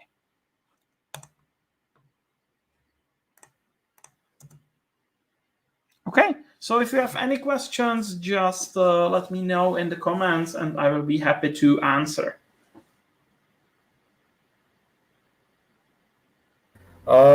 Let me just tell you like a brief thing about India. So in India, like you can order pizza and you can get in like less than 30 minutes. I'm talking to everybody. So looking at your session and like basically building like a pizza website or with .vvm, I think we can also start promoting, like we can build like a pizza website in like 30 minutes or less. Yeah. It's faster to build the website for the pizza than to get the actual delivery. Yeah. Yeah. We can use that. Yep. Yeah. If There anyone is- have any questions, yeah, feel free to like post it in the comment section or ask in our .vvm channel in WhatsApp or anywhere else. Just feel free to like ping us. And Thomas, like we have few more questions for you. Right now, like .vvm team is like divided into two parts. Basically, like a developer relations team, and then the actual team that is contributing to directly code to the framework. So do you have like a future plan for like building like a bigger team for .vvm? Yeah, it always depends on many factors. It's even more complicated because even the internal team which develops .vvm, it's actually multiple teams, because there is the team which is responsible for just the framework itself. Then there are teams that are responsible for our commercial products like .vvm Business Pack and Bootstrap for .vvm. There is one team that is responsible for the Visual Studio extension. Some people between these teams are shared, but some people are working on just one of the things. So actually, this is more teams, and I would say it's a little messy because the structure is not very clear. Of course, I would like all the teams, even the developer relations and the core developer teams, to grow. But of course, it's also about some financial constraints we have, because of course, .vvm is an open source project. We have invested a lot of money in it, and we are of course getting the investments back through the sales of licenses for the commercial products, which save even more time than the framework itself. But of course, we are limited in what we can afford through the money we get from the licenses. So it's very, sometimes it's not easy. And of course, I would like to develop more and more, but it has to correspond to the sales of the products. And we are happy that we are part of the .NET Foundation, which helps us with marketing, but they don't give funding to open source projects, because there is a lot of projects and it would be very difficult to make it fair. That's not the purpose of the .NET Foundation. So of course, we have to make the business part of the framework to be working in order to be able to grow. But it's going pretty well. We have quite a lot of customers who every year buy new licenses, and they gave us feedback, and they are very happy with .vvm. And because .vvm can also be used for modernizing old websites and old web applications, it's a big market for .vvm that will be here for maybe 10 years or more, because I have seen a lot of very large ASP.NET Web Forms applications. These applications were being written for 20 years, and they are still in use. The customers still need new features, and it's practically impossible to just start building these applications from scratch. And .vvm can continuously help with modernization of these applications. So this is where I see a big market opportunity for .vvm. And of course, if we have enough customers like this, it will help us to grow and to improve the framework, make it faster, make it having more features and things like that. Definitely, that's a great insight about .vvm. Okay, so we will now be moving to personal questions like regarding this campus ambassadors. I have one question. In this you path, can go ahead then. what is the future about .vvm according to .NET 6 and Visual Studio 2022? Oh, okay. I will be talking about this in 2 or 3 weeks after .NET Conf, because in .NET Conf they will announce the full version of .NET 6. And actually, we have a few ideas of what we would like to have in .vvm. One of the biggest features in .NET 6 is the hot reload functionality, which allows you that you change the code and you don't need to rebuild the project and wait a few seconds until it's restarted, because the code changes will be applied to the running process. So you will see the changes immediately. So we will have it in .vvm 2. We already have it implemented. Right now it's waiting to be merged in the framework. So you will be able to use it. And it works very nice. You can just change anything in the .dot.html file, and once you save the file, it will be refreshed. The page will be refreshed automatically, and even the state of the view model will be persisted. So if you fill some form and then you want to tweak the page, it will still work. So it's very nice. And also, they have added several new features in .NET 6 that we would like to use. Unfortunately, that means that we will have to maybe to split the framework in two versions. The .NET 6 version will have more features than the legacy version, or I don't know how to call it. But basically, for example, in .NET 6 there are new data types which are called date only and time only. Until now, there was only date time, but there was no type that could represent just the date or just the time. So this is very nice and interesting, and I would like to have it in a .vvm. But if we put it in the framework, that would mean that we would not be able to support the previous versions than .NET 6. And it's a problem because we still want to support the old .NET framework because of the customers who have the old web forms applications. So we will probably have multi-targeting. So if you install .vvm package into .NET 6, you will get more features than if you install the same NuGet package in some older version of .NET. Oh, So, thank you for sharing that. Yes. Okay. Yeah. Okay. Yeah. Few more questions, but regarding this, basically motivating students. So, what does your day look like, Thomas? Like, when do you start? Like, when do you start drinking coffee, and then when do you start writing actual code, as in like during the day? Okay, nice question. Well, I don't have much time for writing code, actually, because when I start, I wake up, I cannot see anything. I just get somehow to the coffee machine and then have a coffee, and then that's the booting procedure of me every morning. So then, of course, I go get breakfast, I go to the work. It's very easy for me because my apartment is just next to the office. I just cross the street. I have to watch carefully because there are trams going in both directions. So I have to look carefully, but it's just 2 minutes before I get to the office. So it's very, very convenient. And then I have a lot of meetings, a lot of calls, a lot of emails to go. Then I have at 5 p.m. every day, I have some time to go to the .vvm GitHub and see what's new there, if there are some new issues and things like that.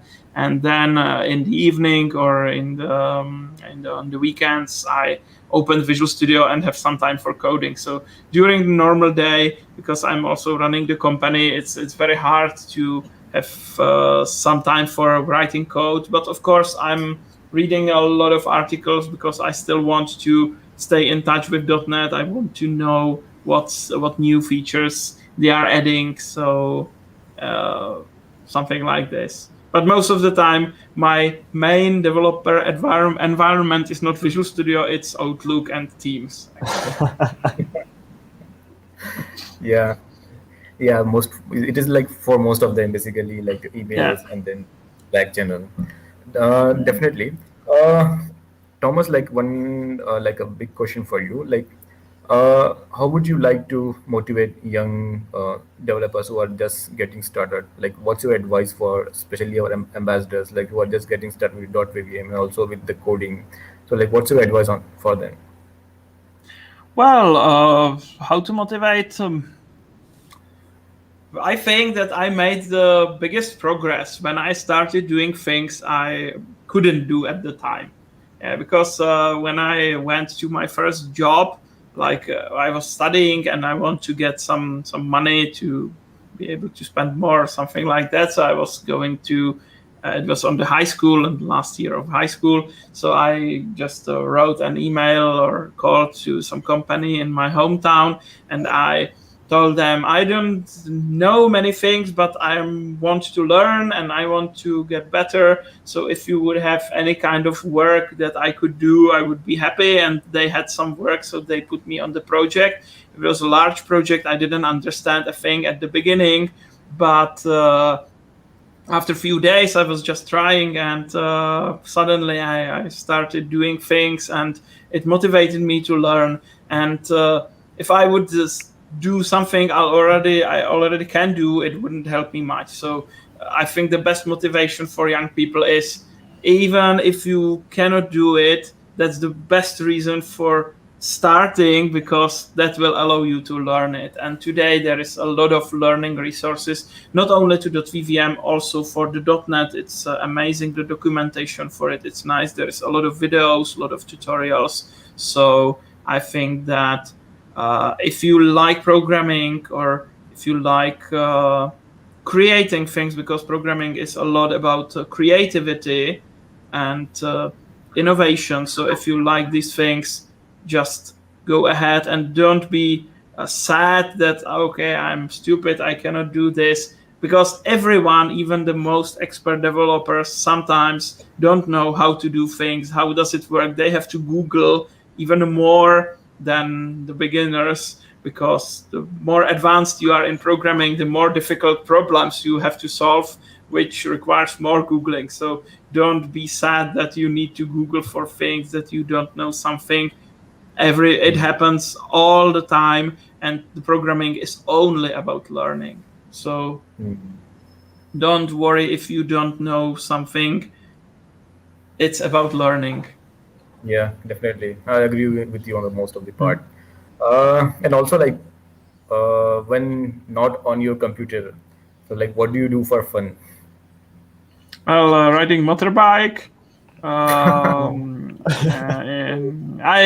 The Czech Republic is not very nice country for motorbikes, because we don't have very high mountains. So I go to Austria or to Italy.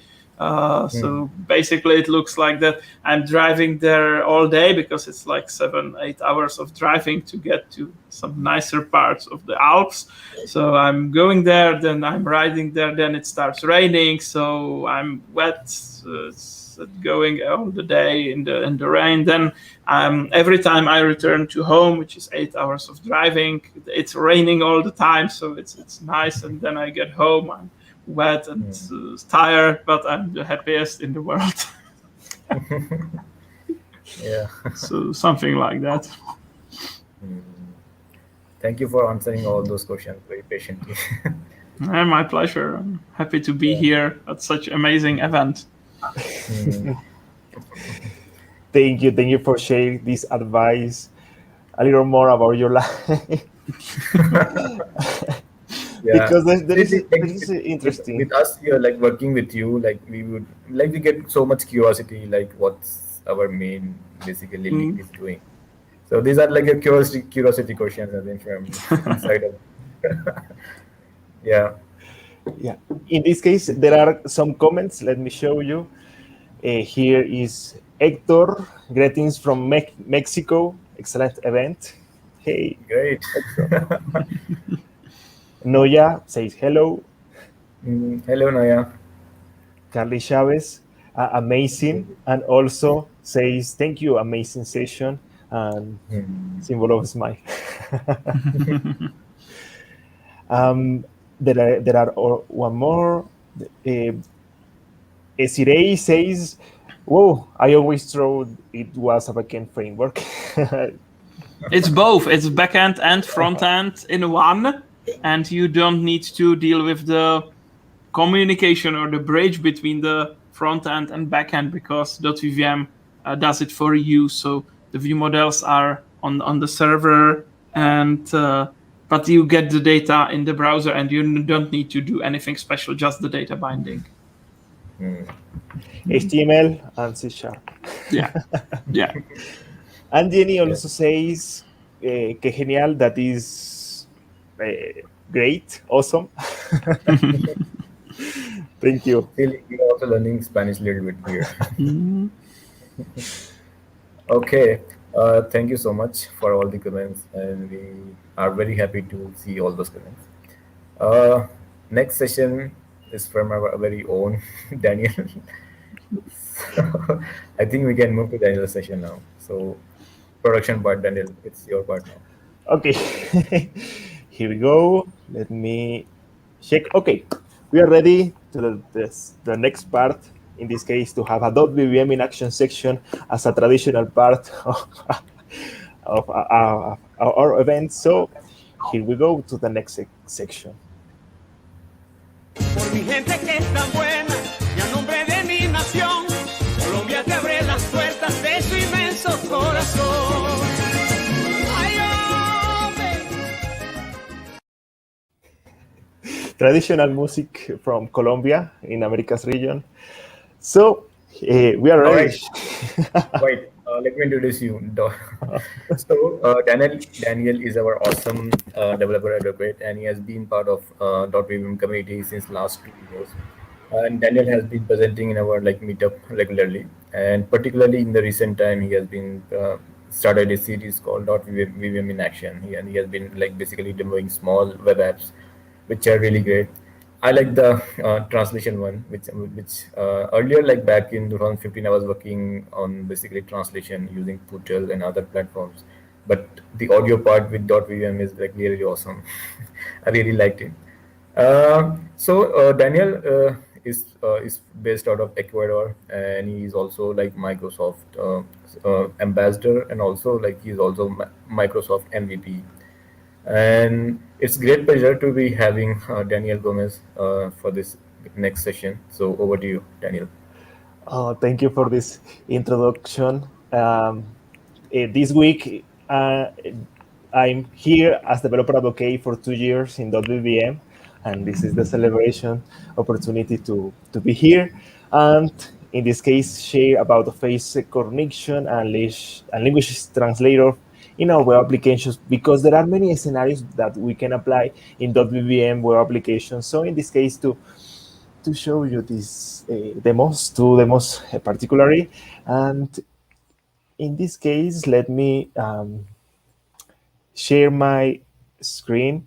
I would like to start presenting a little demo about a web translator.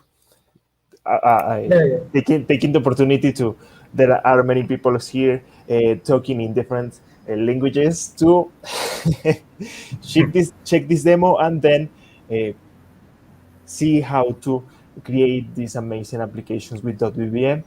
So let me share it with you. The application is running.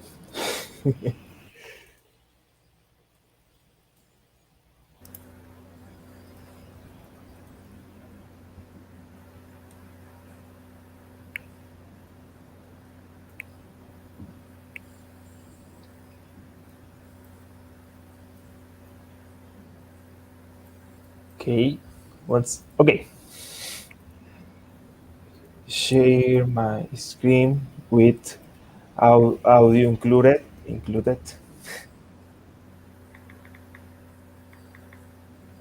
And you can see now, right? I would like to start talking in Spanish to English to play with some languages. And let me, this is a little example to speak and then transcript they speak to text, then translate that text, and then get the audio result. In this case, I'm going to put Spanish input, and from output I'm going to put English, and now I'm going to say something in Spanish. Hola. Hola. Hola. Moment. Let me. Uy.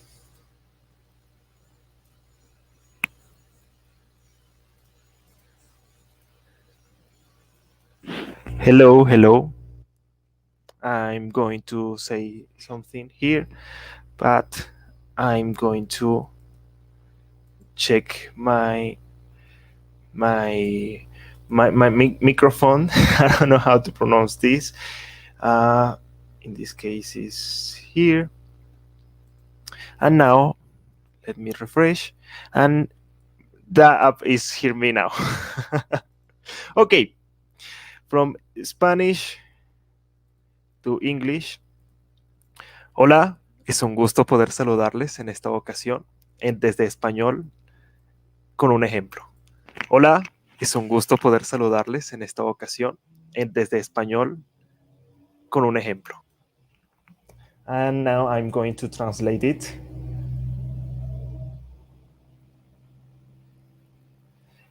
Hello, it is a pleasure to greet you on this occasion in 3D Spanish. Okay. Wow. In English, and then later we can play with other languages as well. So in this case, let me share the screen and start with the presentation.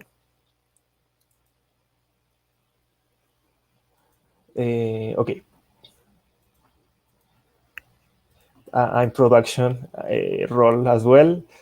So here, see you in a few minutes. So let me share my screen again to start the presentation. Okay.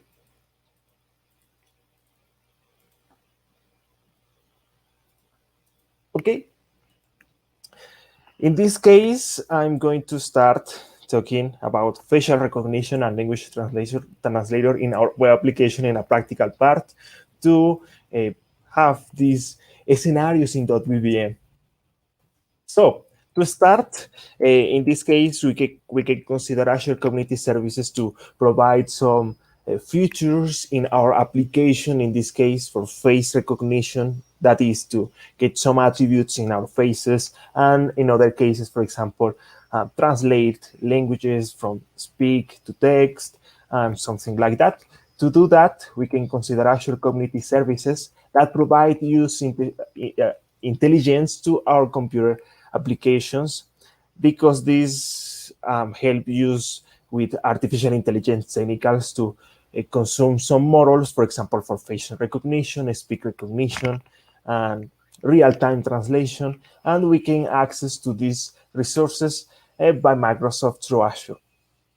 In this path, we can consider some categories, for example, vision to work with images, speak to, for example, to work with speak, translator, and something like that. Also in language for specifically for language understanding and, for example, text analytics, knowledge to set knowledge base to have a data source of data, and also search for, as the name says, in this case, search some features, for example, images, video, news, and something like that. Something interesting is that we can use this in some frameworks and languages. In .vvm is not the exception, and we can do amazing things with that. So I'm not sharing. I don't know why. Let me check. Okay.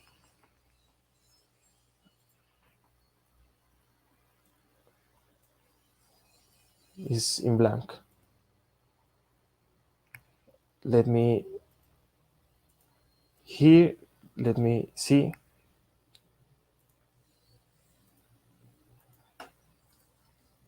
To share all my screen.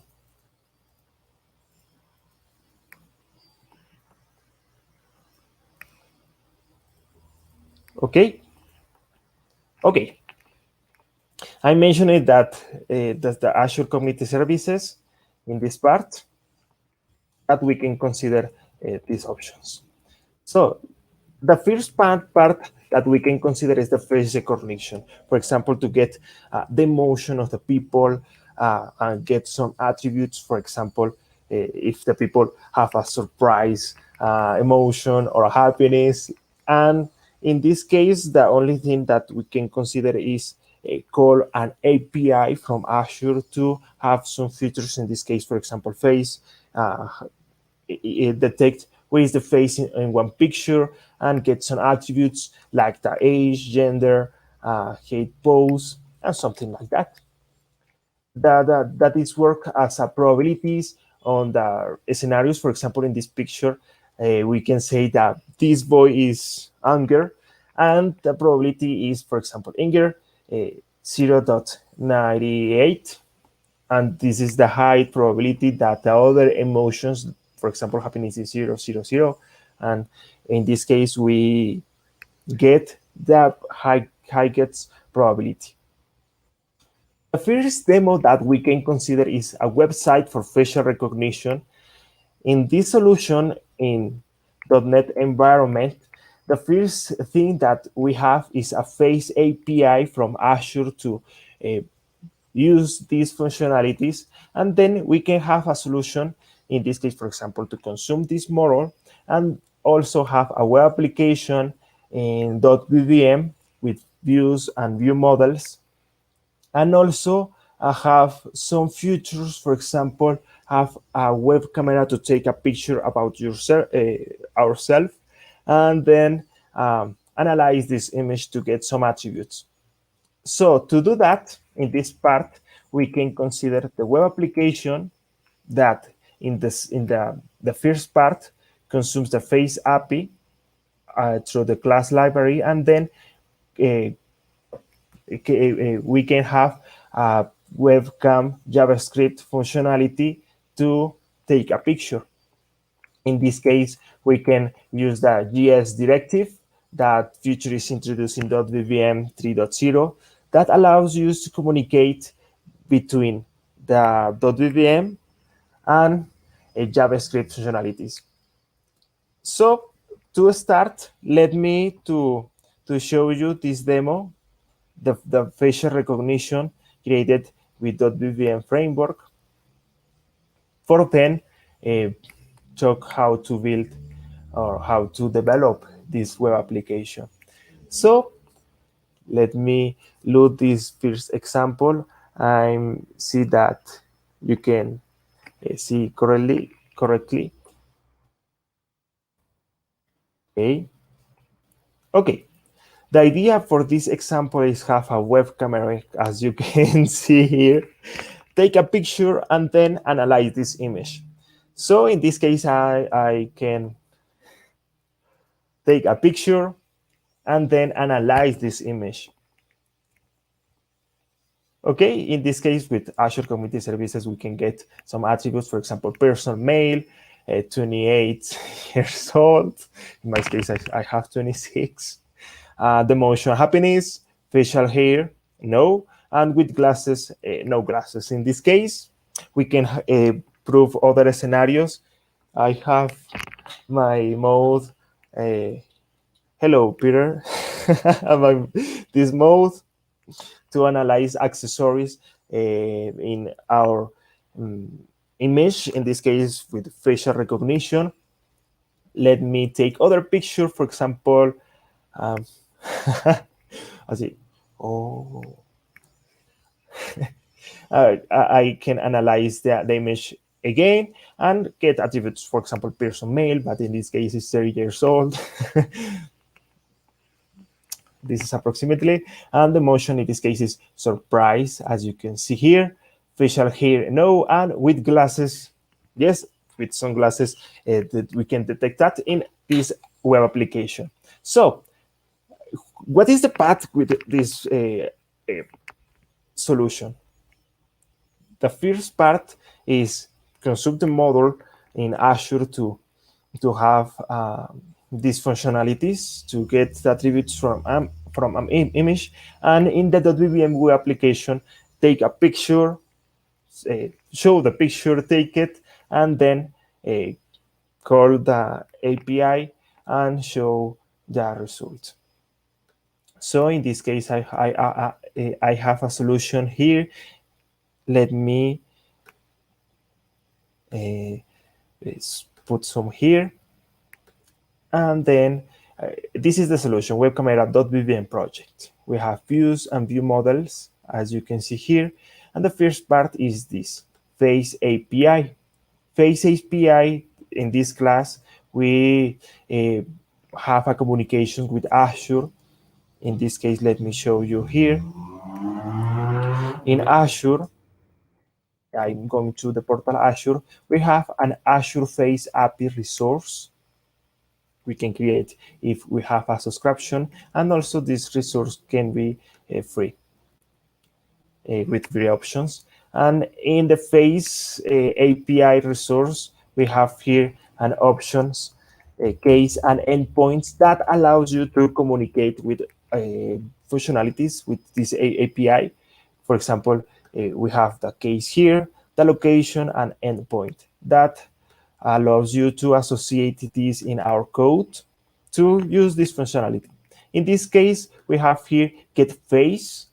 In this case, we send as parameter the image that we want to analyze, and then specify a face client to communicate with a face API resource in Azure. Then specify what attributes that we can analyze. In this case, for example, we want to see the age, gender, if the people is smiling or not, facial hair, heat pose, glasses, and emotion. Then we can consume this model in Azure, calling the face, and then detect with stream. Because this is a file, and then we set up this configuration, specifying, okay, the mesh is a file. We need these required face attributes, and then we can have or specify a model. In this case, let me show you this model, face model, to have the attributes, age, gender, emotion, face, hair, glasses, and smile, to put the data here and set up from here. Face API calling the service. With these attributes, in the views and view models, we can refer to this method. As a first point, we have the default view model.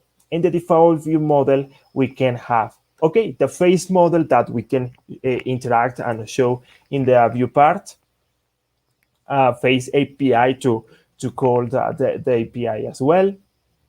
And then we can have a method called detect. This is a task to, for example, from a button, from the view, a call from this method in particular to refer to the image file in this case and call or set up our model, in this case face model, this model, for then show the information in the view. One thing to mention in this case is this communication in this part.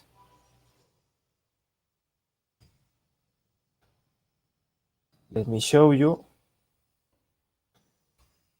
Okay, I'm going to put here this part. We have in this part, we have already this part, and the only thing we need to consider is the webcam JavaScript functionality. Remember, for this we can use JS directive, and from to use or call JavaScript functionalities from .vvm, we obviously have the declare a model with functions in JavaScript, then register this model in the .vvm startup, and then import this model in the view that we can use the functionality. So to do this, we have here in the www root a JavaScript here. Let me, yes, here, this site. Let me open. Okay, we have a class, and the most important method or functionality in this JavaScript file is take a snapshot that take a picture, and the only thing we need to do is call this function from .vvm. So in this case, we have this app, and in the .vvm startup, we can call to this, referring here in the configure resources. In the configure resources, we can put, okay, we have a camera module. We can define this, and the location is, okay, this is in GS, site.js. And then we can use this resource register here in .vvm startup. So then we have the default in the view.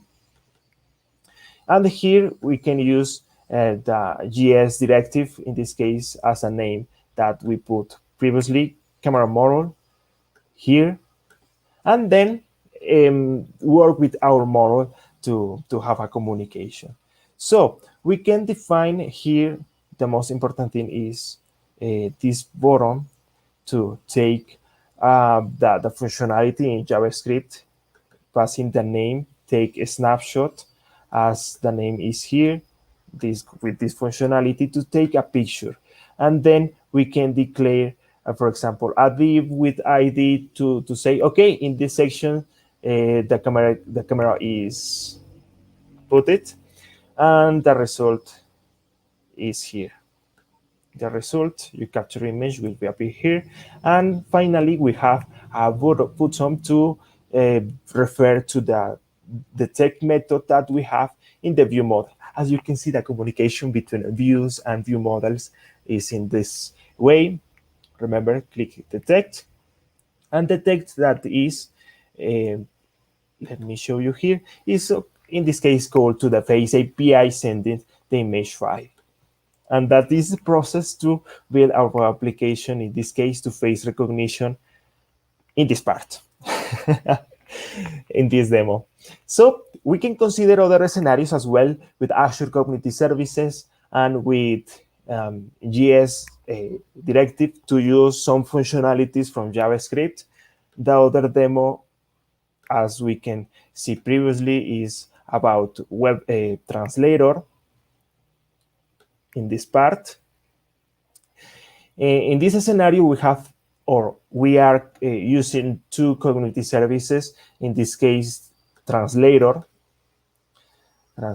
in this part. And the idea is very similar. In this case, this application, remember, is to say something in speak, for then transcript our voice to text, translate this text, and the result of text sent to voice to the final results. As you can see here, the input voice and the result in the original language, translate the language, and the language result in audio. To do that, we can use two community services. The first point, translator, that allows you to translate text from one language to other. And here we can refer to Azure resource on Azure. In this case, is translator. And here, I have here translator. And the only thing that we can consider is this case and endpoint, to have the case to refer to this resource, the location, and the web API to use this functionality to translate text. So here we can define a translate, and we can send parameters, text to translate, and what language we want to translate. We can recognize the language of the original text. So this is very intuitive to check from this community services resource. So in this part, the only thing that we have is the call to the API to have this translator. In this case, we have a model as well in this part to have the data that we can, or that we would have in the web page. In this case, text input, text output, language input, language output, and also we can set up some list of languages to have some scenarios to prove. For example, English, Spanish, Portuguese, Czech. I don't know if the pronunciation is right. We can check in some moments with Thomas. Hindi and Japanese as well. We can consider other scenarios as well, but this is the idea to our model to set up the data that we can present in our web application. Okay, this is the scenario about translate. And then we have I speak. The idea is the same. It is the same. In this case, we have the speak-to-text method and text-to-speak method to have these functionalities. And also, with our model specified, we have the solution in this part. Let me show you. Here, in this part, we have the solution that we have translator and speak services on Azure, the methods to have these functionalities, and our web application with JavaScript functionalities as well. In this case, the JavaScript is to record our voice and have a files of the recording as well. So to do that, as a same point, we have here in the www root, in the resources, a JavaScript file. And here we have this context to this application in a class. And we have two important functionalities: start recording and stop recording to our voice. And we can call these functionalities from our .vvm application. In this case, in the .vvm startup, to set up some configuration, we have here the .configure resources. And here we can register, okay, audio model that is to the resource, in this case, script.js, a file that contains the JavaScript functionality, audio model. And in the views section, we can refer to this audio model to use the functionalities. In this case, let me show you, we have here a button that at the same time have a click event to static command to invoke the start recording functionality that is in the JavaScript file. Stop recording, and the same is for the stop recording here. And also we can put CSS styles and the text of the bottom and something like that. Here we can put this part, the lines or curves of our voice. As you can see, hello, hello, hello. This part is graphic. And then we can refer to our model to say, okay, in this case, we can put the input language from the list of languages, and also for language output with a combo box. And then the thing is also show the values. In this case, for example, the input, the name of the input language, the output, and also in this part have a button to call a translate functionality for the view model part. In this case, in the view models, we have a class, C#. In here, we have a main part, this method to this functionality to translate according to the information registered from the view. In this case, we can refer or call to the APIs, in this case, to speak and translator, and define or set up our model. In this case, the text input, that is the transcript of audio. In other words, use the functionality speak to text for then have the translator, text output, and finally have the file output, that is the audio result for our translator. So let me check here if I'm sharing my audio to show you other example here. Okay, share my screen with audio. And in this part, okay, here we go. Here we go again. Okay, we can consider other scenario, for example, from Portuguese to English. Let me refresh this. Okay, from Portuguese to English. My Portuguese is very humble as well. So let me try to say something to English.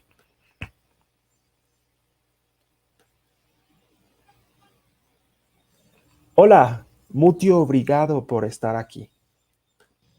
Hola, muito obrigado por estar aquí. Well, okay, let's see to translate from Portuguese to English. Hello, Multi. Thanks for being here. Okay, that is that I would like to say from Portuguese to English.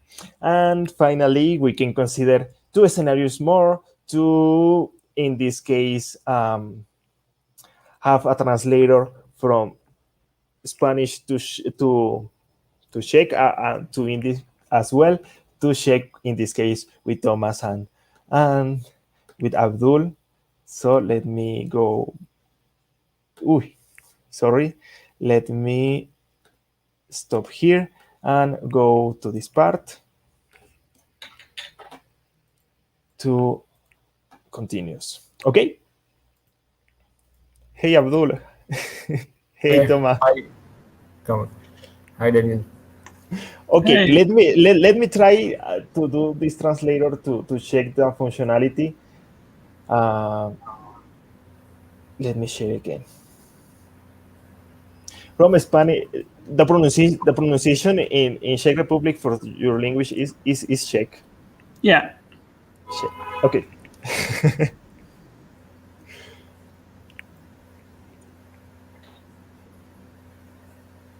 Okay. Share my window with audio app application. Okay. Add.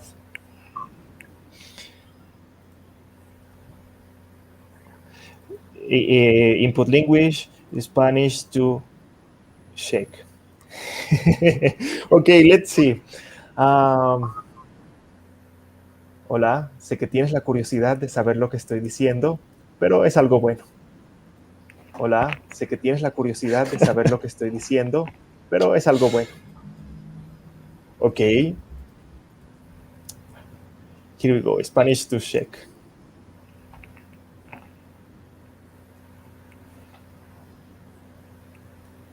Ahoj, vím, že jste zvědaví, co říkám, ale je to dobrá věc. Wow. What did I say? Yeah. The translation is perfect. What is the translation for Czech to English to everyone knows? Yeah, so it means something like, hey, I know you are curious, but it's an amazing thing. Okay. This is very interesting language. As you can see, the marks are well. I would like to learn Czech someday as well. No, you don't. It's complicated, and Yeah. it's a very small number of people speaking this weird language. Like there is only 10 million people speaking in Czech, which is like 1/3 of New York. So Some words. The only thing that I can say is ahoy, everyone. yeah. We can consider other example to Hindi. The pronunciation is right, Abdul. Yeah. We can say Hindi. Hindi. Yeah. Hindi. Again, from Spanish to Hindi, and then Abdul, you can say or do the translator from Hindi to English. Okay. Let me refresh. From Spanish to Hindi. Let me think. Hola, también tienes la curiosidad, ¿verdad? Puedes compartir este mensaje con los demás para saber lo que estamos diciendo. Hola, también tienes la curiosidad, ¿verdad? Puedes compartir este mensaje con los demás para saber lo que estamos diciendo. Okay. Here we go to translate to Spanish to Hindi, and then hear that. Namaskar. Only one. Well, okay, I say Yeah. more words, but Yeah. It says like greetings. greetings. Let me try with other scenario. Spanish to Hindi. Hola, es un gusto saludarte y que puedas transmitir este mensaje. Hola, es un gusto saludarte y que puedas transmitir este mensaje. नमस्ते, यह आपको नमस्कार करने के लिए एक खुशी है और आप इस संदेश को व्यक्त कर सकते हैं. So it says like basically greetings. I'm greeting you, and basically it says like you are being happy for sharing this greetings. Okay. This is very hard to learn Yeah. because there are other symbols and this, but this is very awesome in this case for you, Abdul, to have this semantic with other symbols and also knows English. Wow. Yeah. Okay, in this case, that is the demos that we can consider with in .vvm to apply in some scenarios like those. So I hope you like it. Yeah, definitely it was really awesome. Thank you, Daniel, for this great session. If anyone have any questions, like feel free to like post it in a comment or in a WhatsApp group, or like you can tag us on Twitter as well. So, all right, one question for you, Daniel. Like, how did this idea come regarding this .vvm action? Okay. You can repeat the question, please. Okay. So I wanted to ask you one question. So you started this series .vvm in action. Like, how did this idea came into your mind? Yeah, because there are many crazy ideas that we can consider. As you can see, language translator, put your sunglasses and recognize in some images, and we can consider funny applications in our solutions, and we can do this with .vvm framework. And this is the idea, to have a .vvm in action. You can do this with .vvm. Entonces, so the idea start with this. Okay. Okay. So, like, what was your like first impression with .vvm when you first installed it? Wow, I started working with .vvm with the framework when I have the internship in my university from 1 month about. And I started with working ASP.NET and also with .vvm. So in that time, 2 years ago, I was Microsoft student partner, actually, or currently known as Microsoft Learning Student Ambassador. So I decided to publish an article to share the the knowledge, and then I received a tweet from .vvm saying, "Hey, we like your article." I published my first article in English. My first article in English was about .vvm, and the history between .vvm, specifically with Reganti and my site, began. I remember my first call with Thomas and Igor. My English was really bad. I didn't understand anything. But I really appreciate the opportunity, because this allowed me to acquire new knowledge, not only with .vvm, participate with community, but also this allows me to know amazing people. I never imagined to have a presentation in English and never organize an event like this.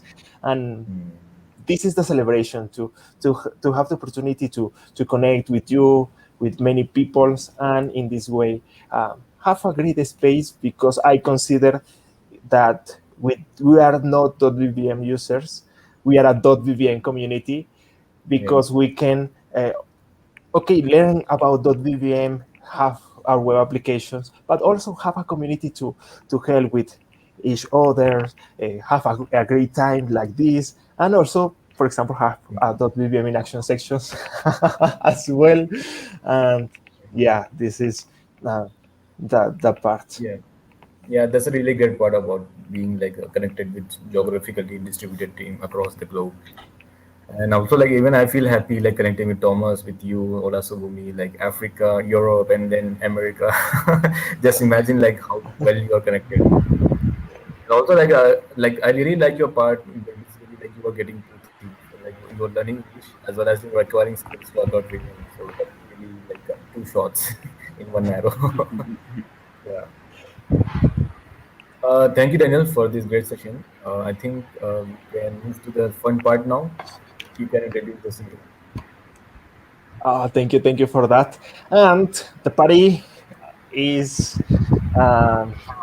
we can continue with the party, and because not everyone or everything is technical or programming, we can have other scenarios, for example, to have a concert with a live, enjoy, and have a great moment.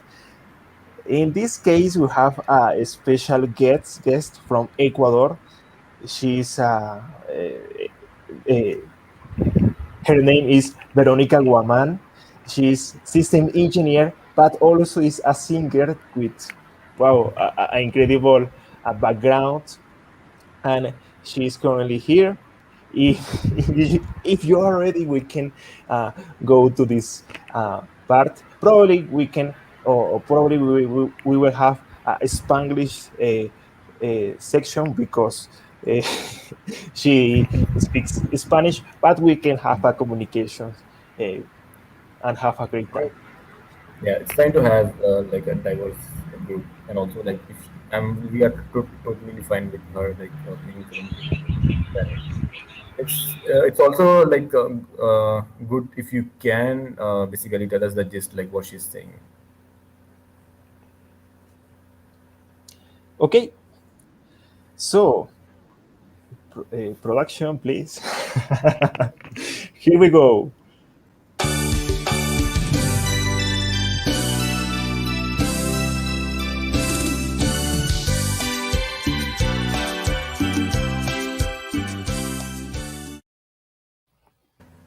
Hey, Vero, welcome.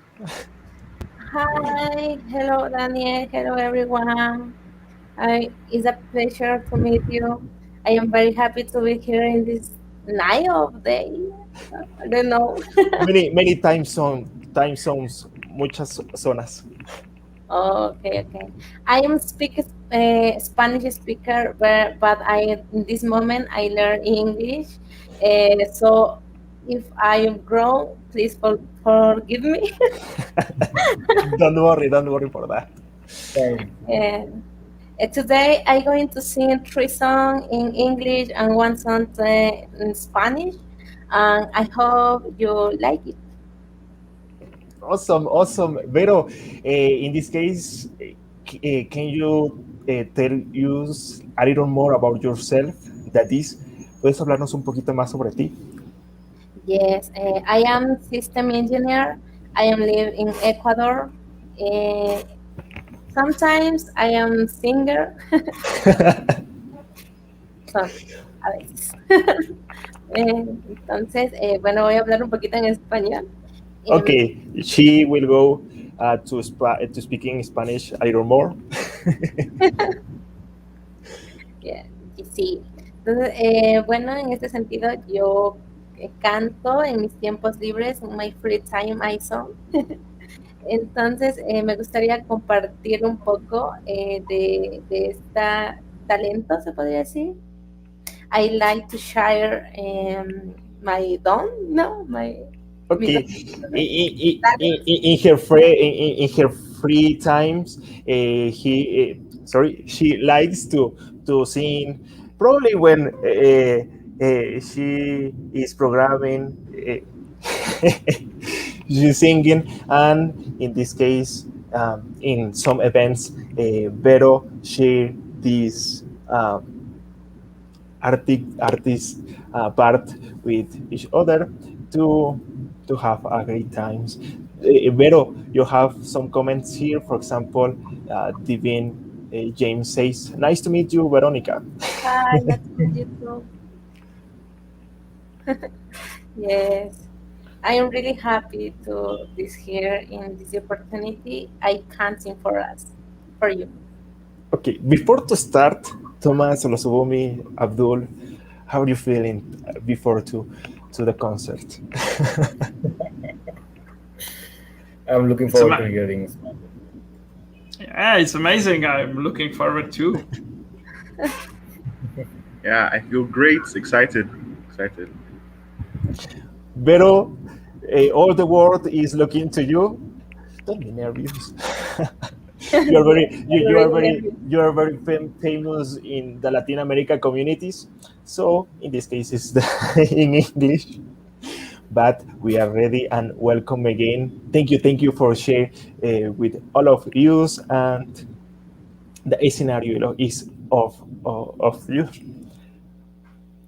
Yes, I hope that you sing with me. Okay. Let's start. The first song is a very beautiful song that I personally like, so let's start. Okay. I share my song. Okay, share and let me to put here. Yes. Don't forget to share the audio. Yes.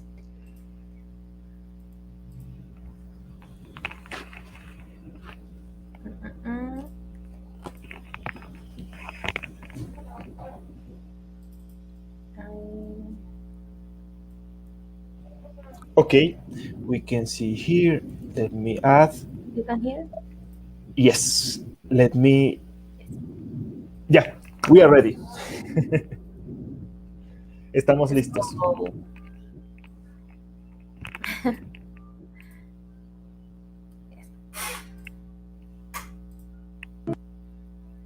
The first song name is Then You Can't Tell Me Goodbye.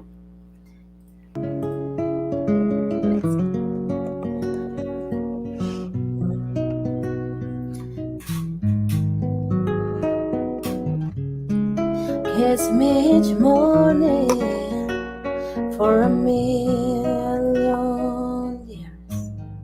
Hold me each evening by your side. Tell me to love me for a million years, just a million years. Then if it don't work out, then if it don't work out, then you can tell me goodbye.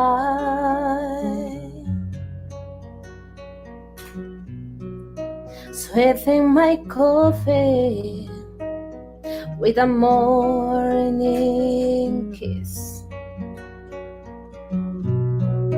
Soften my dreams with your sigh.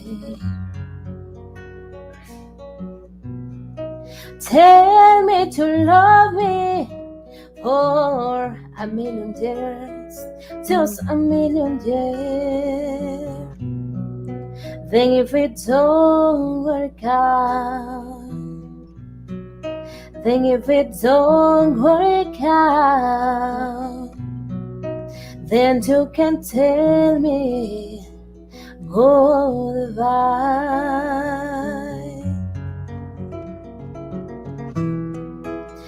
If you must go, I won't grieve, but just with a lifetime before the leaves.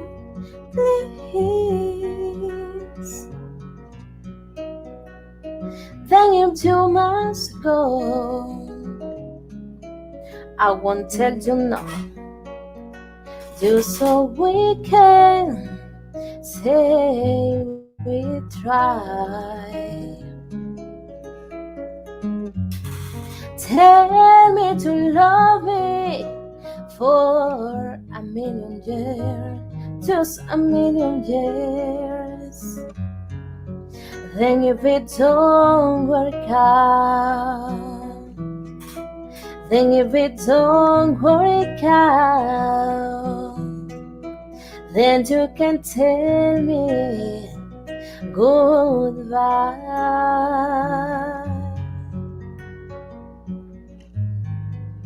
Then you can tell me goodbye.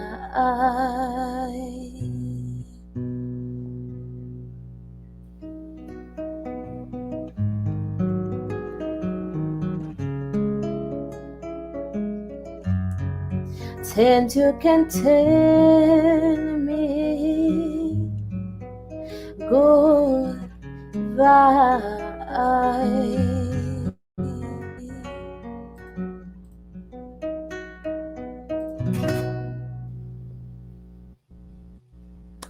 Wow, bravo, bravo.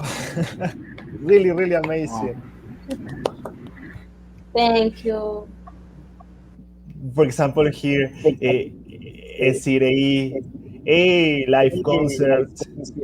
Let me here. Studio go. Some live music. Adivin says, great voice, Vero. Thank you. Yes, yes. I'm going to the next one? Or no? Yeah. That was very beautiful, Esirei says, Vero. And what do you think, Thomas? Hola, Suomi, Abdul. It's amazing, perfect, awesome. I was surprised. Really, very nice, very nice. Yeah, it was good. Yeah, wow, you have an amazing voice. Yeah. Were you playing the guitar as well? It sounded very live. Were you playing the guitar as well? ¿De dónde viene la guitarra? El tema de la guitarra. YouTube. Vero is with background song like karaoke, and Yes. Vero is with her voice. It's a clue. Yes. The next song is very well known, super conocido. It's very known in for everyone. The next song. Yes. What is the name of the song? Scientist of Coldplay. Do you know, right? This song. Scientist? Yes, no. In the American region, it's very famous. I don't know if it's the other parts. America and South America. It's very famous. Yeah. Yes. Here we go. I go. Let me put here. Yes. Yeah, we are ready.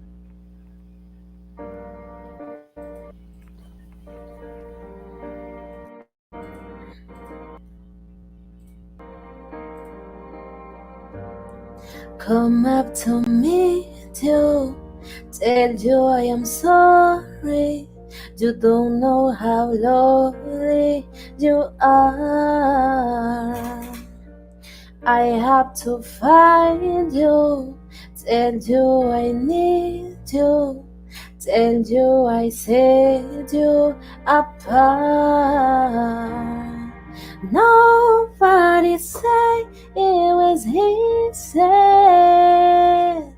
Oh, it's such a shame for us to part.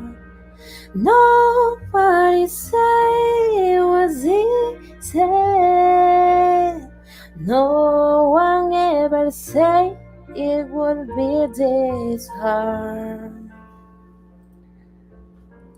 Oh, take me back to the start.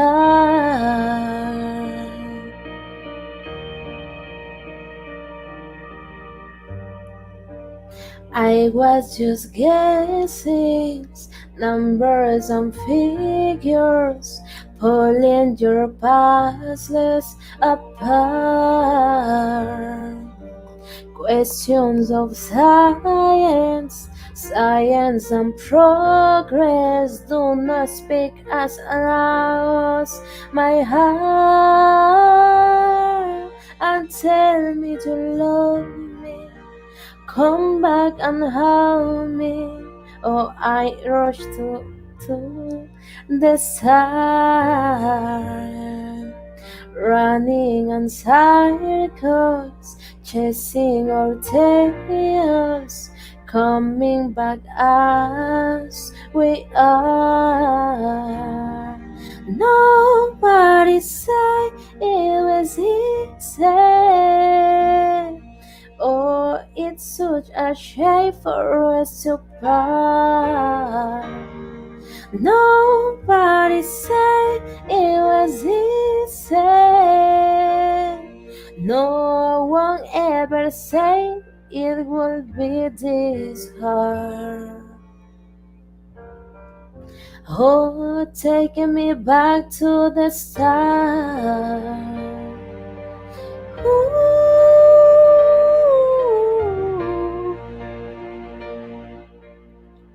Oh, taking me back to the sun.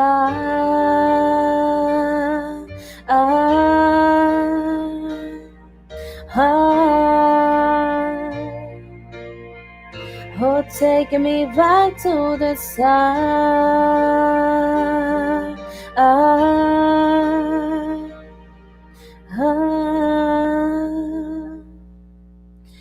Oh, taking me back to the start. Está aquí. Prepárate con Next. Oh. Wow, amazing voice, Vero. Thank you. I translate one sentences or sentences. Science. Uh-huh. No.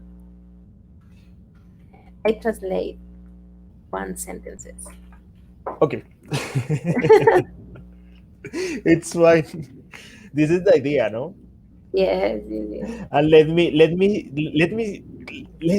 say you that you have 2 comments more. Esirei say that was beautiful, Vero. This Thank you. Everyone loves these songs, but from your side, wow. And there is other comment from Hector. Hi, Hector. Our great friend. Greetings, Hector. He says, wonderful, congratulations, Vero. Yes, thank you.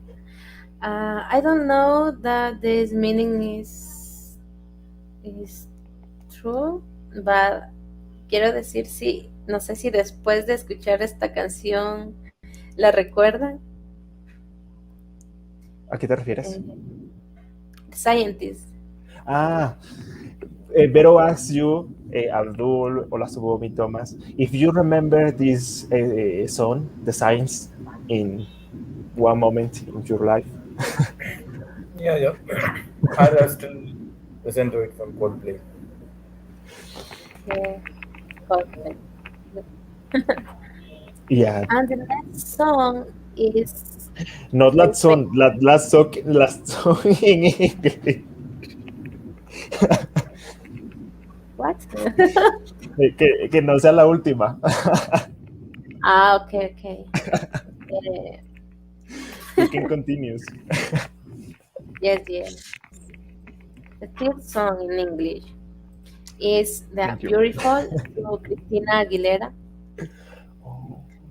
What is the name? Beautiful. Okay. The song is ready for you. Okay.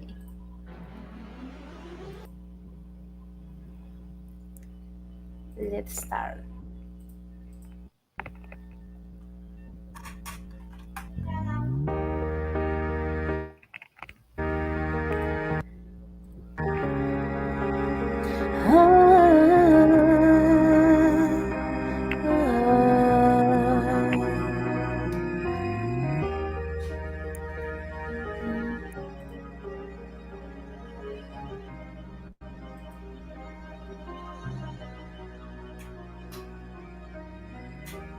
Every day is so wonderful. Suddenly, it's hard to breathe. Now and then, I get insecure from all the pain.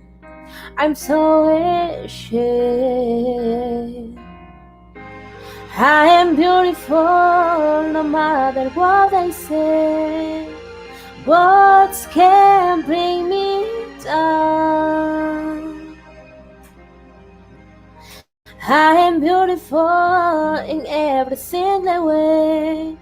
Just words can bring me down. Oh. So don't you bring me down today.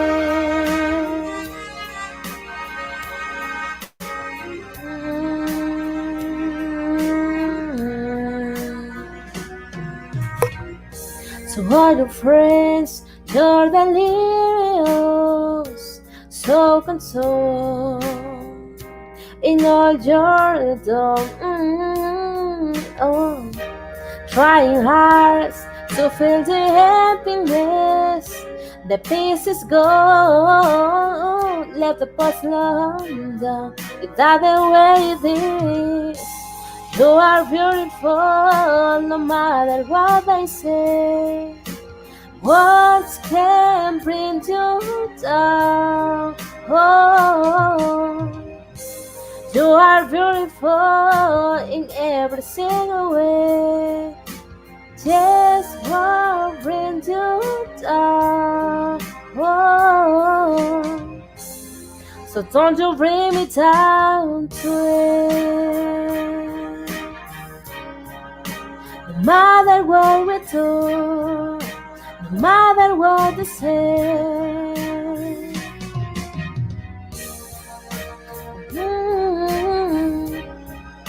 And everywhere we go, the song will always sing. You are beautiful, no matter what I say.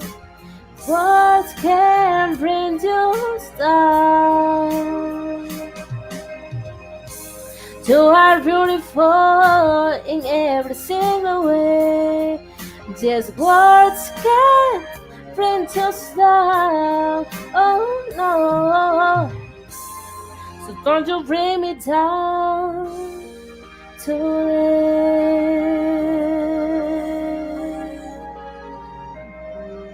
Oh, yeah.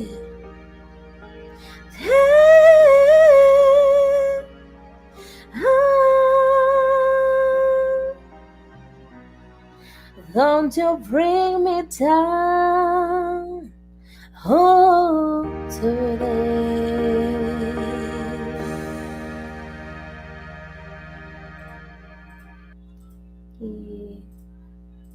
Hey, one more again.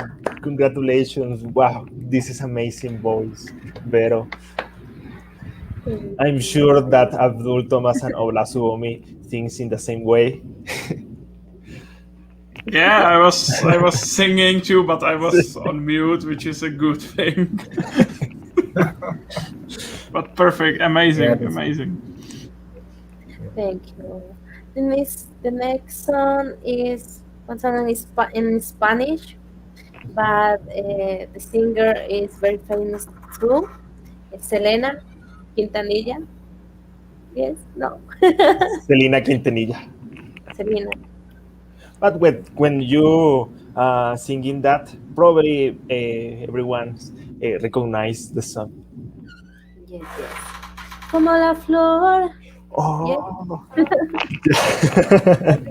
Escuchaba. Yes. But the next song is named No Me Queda Más. ¿No me queda más o como la flor? O las dos. No me queda más. Y luego la otra para como la flor. Okay, two songs. Let me add to the stream. Yeah. Okay. And ready. Yes.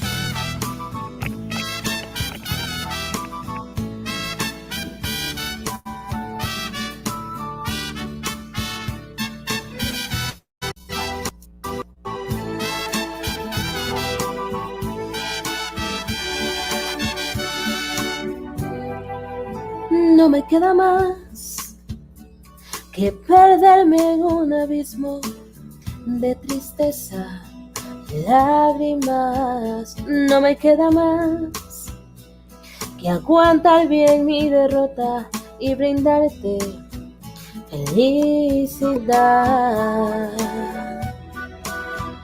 No me queda más. Si tu regreso hoy sería una imposibilidad. Y esto que no era amor, lo que hoy niegas, lo que dices que nunca pasó, es el más dulce recuerdo de mi vida. Yo tenía una esperanza en el fondo de mi alma, que un día te quedarás tú conmigo. Y aún guardaba una ilusión que alimentaba el corazón, mi corazón que quiere que verte como solo amigo. Y aunque viví enamorada y totalmente equivocada, no me importa, porque esto sí fue amor. Por mi parte, lo más lindo, el más grande amor. Y aunque siempre lo renuncies para mí, fue lo más bello.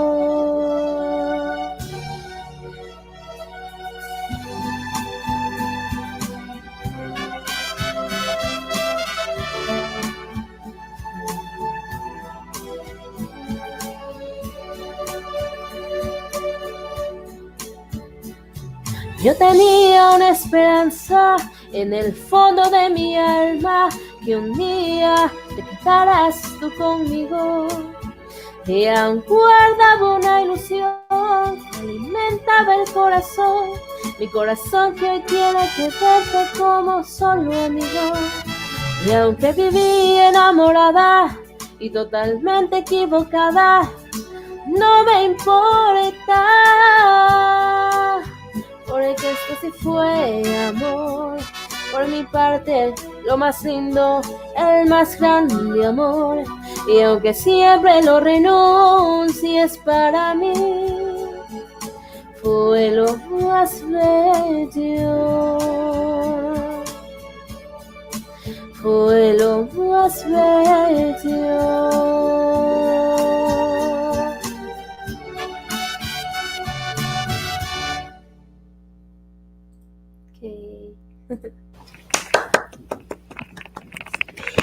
In Spanish, wow.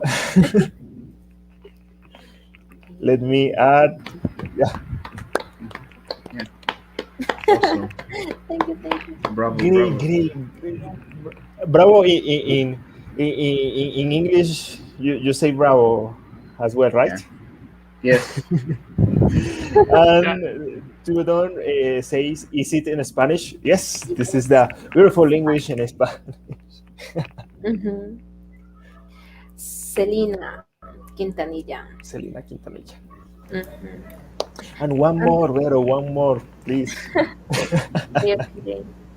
The last song is Como la Flor in English. To dance. Yes.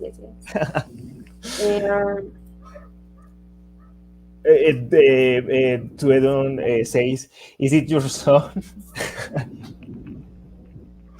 No, it's I share the link to the song is No Me Queda Más to Celina Quintanilla. Famous artist. And Yes. Israel says, thank you. raise hands. Yes. And the next song is the Celina 2. It's a beautiful song. Yeah. como la flor, right? Yes, como la flor. The last. And everyone, this is a very special time, and to end this amazing .vvm virtual party, Vero Guaman from Ecuador with the last song. That this is really amazing, and we will we will be dancing and celebrating with you to this song. Okay, let me add, and we are ready.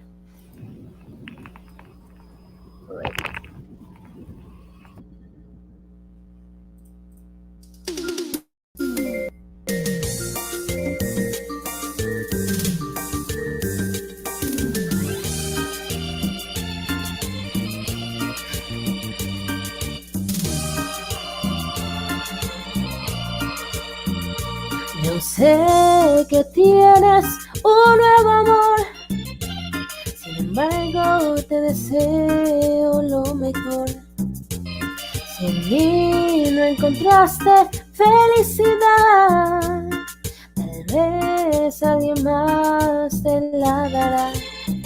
Como la flor, tanto amor me diste tú.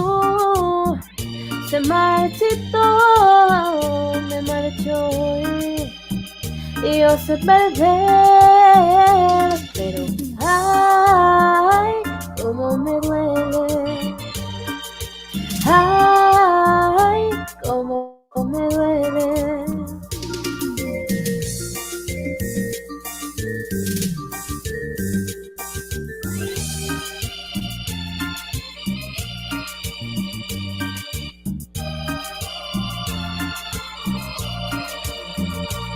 Si vieras cómo duele perder tu amor, con tu adiós te llevas mi corazón. No sé si pueda volver a amar, porque te di todo el amor que pude dar. Como la flor, tanto amor me diste tú. Se marchitó, me marchó y yo sé perder, pero ay, cómo me duele, ay, cómo me duele.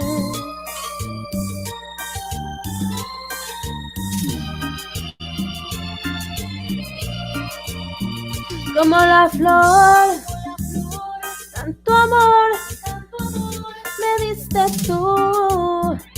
Se marchitó, me marchó y yo sé perder, pero ay, cómo me duele, ay, cómo me duele, ay, cómo me duele.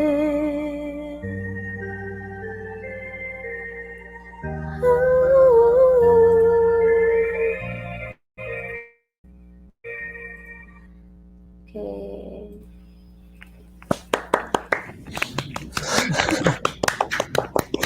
Bravo, bravo. Felicitaciones, congratulations, amazing. Vero, thank you for this.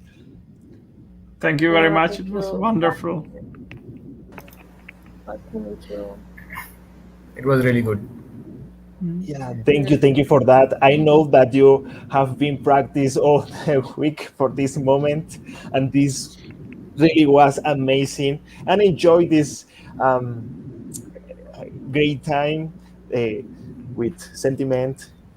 I'm seeing as well in background the other song, and this is the idea, right? To have a great moment. And thank you, Vero, for that. Yes, thank you, and greeting to all team .vvm. I say goodbye. Thank you. Thank you very much. Thank you. It was amazing. Thank you. I'm going to learn speak English for the future. para no quedar tan mal. You're doing right. Yeah. Yes. The idea is have a great moment. As you can see, we have a weekend, or we have been the ability to communicate between each other, as you can see, because the most important thing is the moment, the enjoy the party in this case, and participate as a .vvm community. Was I don't know if you seen this something like this previously, but this was really amazing. I understand, but but I don't can communicate my things. If you want, you can say it in Spanish. Yes, no, sí. Bueno, voy a decirlo en español. Muchas gracias por el espacio, por la oportunidad. Espero que les vaya súper, súper bien a todo el equipo de DotVVM. Y en un futuro espero tener alguna sesión técnica o poder participar de otra forma, ya viendo reforzado mi inglés también. Okay, one moment, let me translate it. Vero says, thank you very much for the opportunity to participate in this space. She says that wants to improve the English for the future, because she's always a software engineer. She would like to have the opportunity to participate with a technical presentation as well. Vero also contributes very well in ASP.NET. She works with with that as well, and contribute in this case with Latin America communities. It's very famous in the technological world with that, not only for your artistic part, also for your technical part. And this is the translation. Yes, Thank you, Veronica, for joining us. Yeah, we will look forward to your presentations, hopefully soon. Follow me on my social networks, Facebook, Instagram, Twitter, with Veronica Wamay. Follow me. Yeah, we can. I share my content, my speaker conference. Yes. Yes. Comparto todas mis conferencias, articles in Spanish. Yes. And in the future in English as well, right? Yes. En el futuro en inglés también. I am going to learn more English. It's fine. I'm learning as well. Yeah. Thank you, Vero. Gracias. Thank you. Gracias a ustedes. Thank you. And thank you all for the perfect virtual party, especially you, Daniel. It was very, very nice, and Abdul and everyone. It's very nice. Thank you for that. For joining us. Very nice. Thanks to Lasso for me as well. Yeah, thank you to all of you to present amazing sessions in this special celebration, in this case, for my celebration for 2 years as developer advocate of .vvm. I'm really happy to organize and be here as developer advocate, because it allows me to achieve many things, not only my technical skills with .vvm, also my English skills. I really appreciate it, because my dream always has been have the opportunity to present a session in English in some spaces. So this is a very nice to that I have the opportunity to achieve here, to meet amazing people for many countries. Thomas from Czech Republic, Olasoy from Nigeria, Abdul for India in this case, and have a community, participate within other. For all of you that you are seeing in this moment, this is the best part as well, to have the opportunity to acquire new knowledge, because every day there are many futures, there are many things to learn, and we can do that as a community and achieve this part. So I really want to say thank you to everyone to allow me to participate with you in these spaces, sometimes with crazy ideas, but I'm really happy doing this. Thank you, Daniel, for organizing, and thank you everyone Yeah. who joined us and also who posted comments, who have asked questions. So we are really happy to see this, and hopefully we can have some more of this in the future. Yeah. Thank you very much, and thank you for the great work you are all doing. Thank you very much. Thank you, Bob. Okay. Thank you very much. All right, sir. Yeah. Thank you, everyone. And remember, this is not a stop. We are many content to share, meetups. Abdul organized very great meetups to have the opportunity to interact face-to-face with voice. And there are many spaces to participate as a community. And remember, together, we can achieve more as a community. So thank you very much, everyone, to have allowed me to participate with you in these 2 years, in these amazing years, 2 years as developer advocate. And we close this special event, but in the future we will have more. So thank you. All right, thank you. All right, Thank you. See Goodbye. Bye-bye. Take All care, right, goodbye. everyone. Bye-bye. Thank Okay. you. Have an awesome weekend. Yeah. Yeah. See you in the next occasion. See you in the community meet.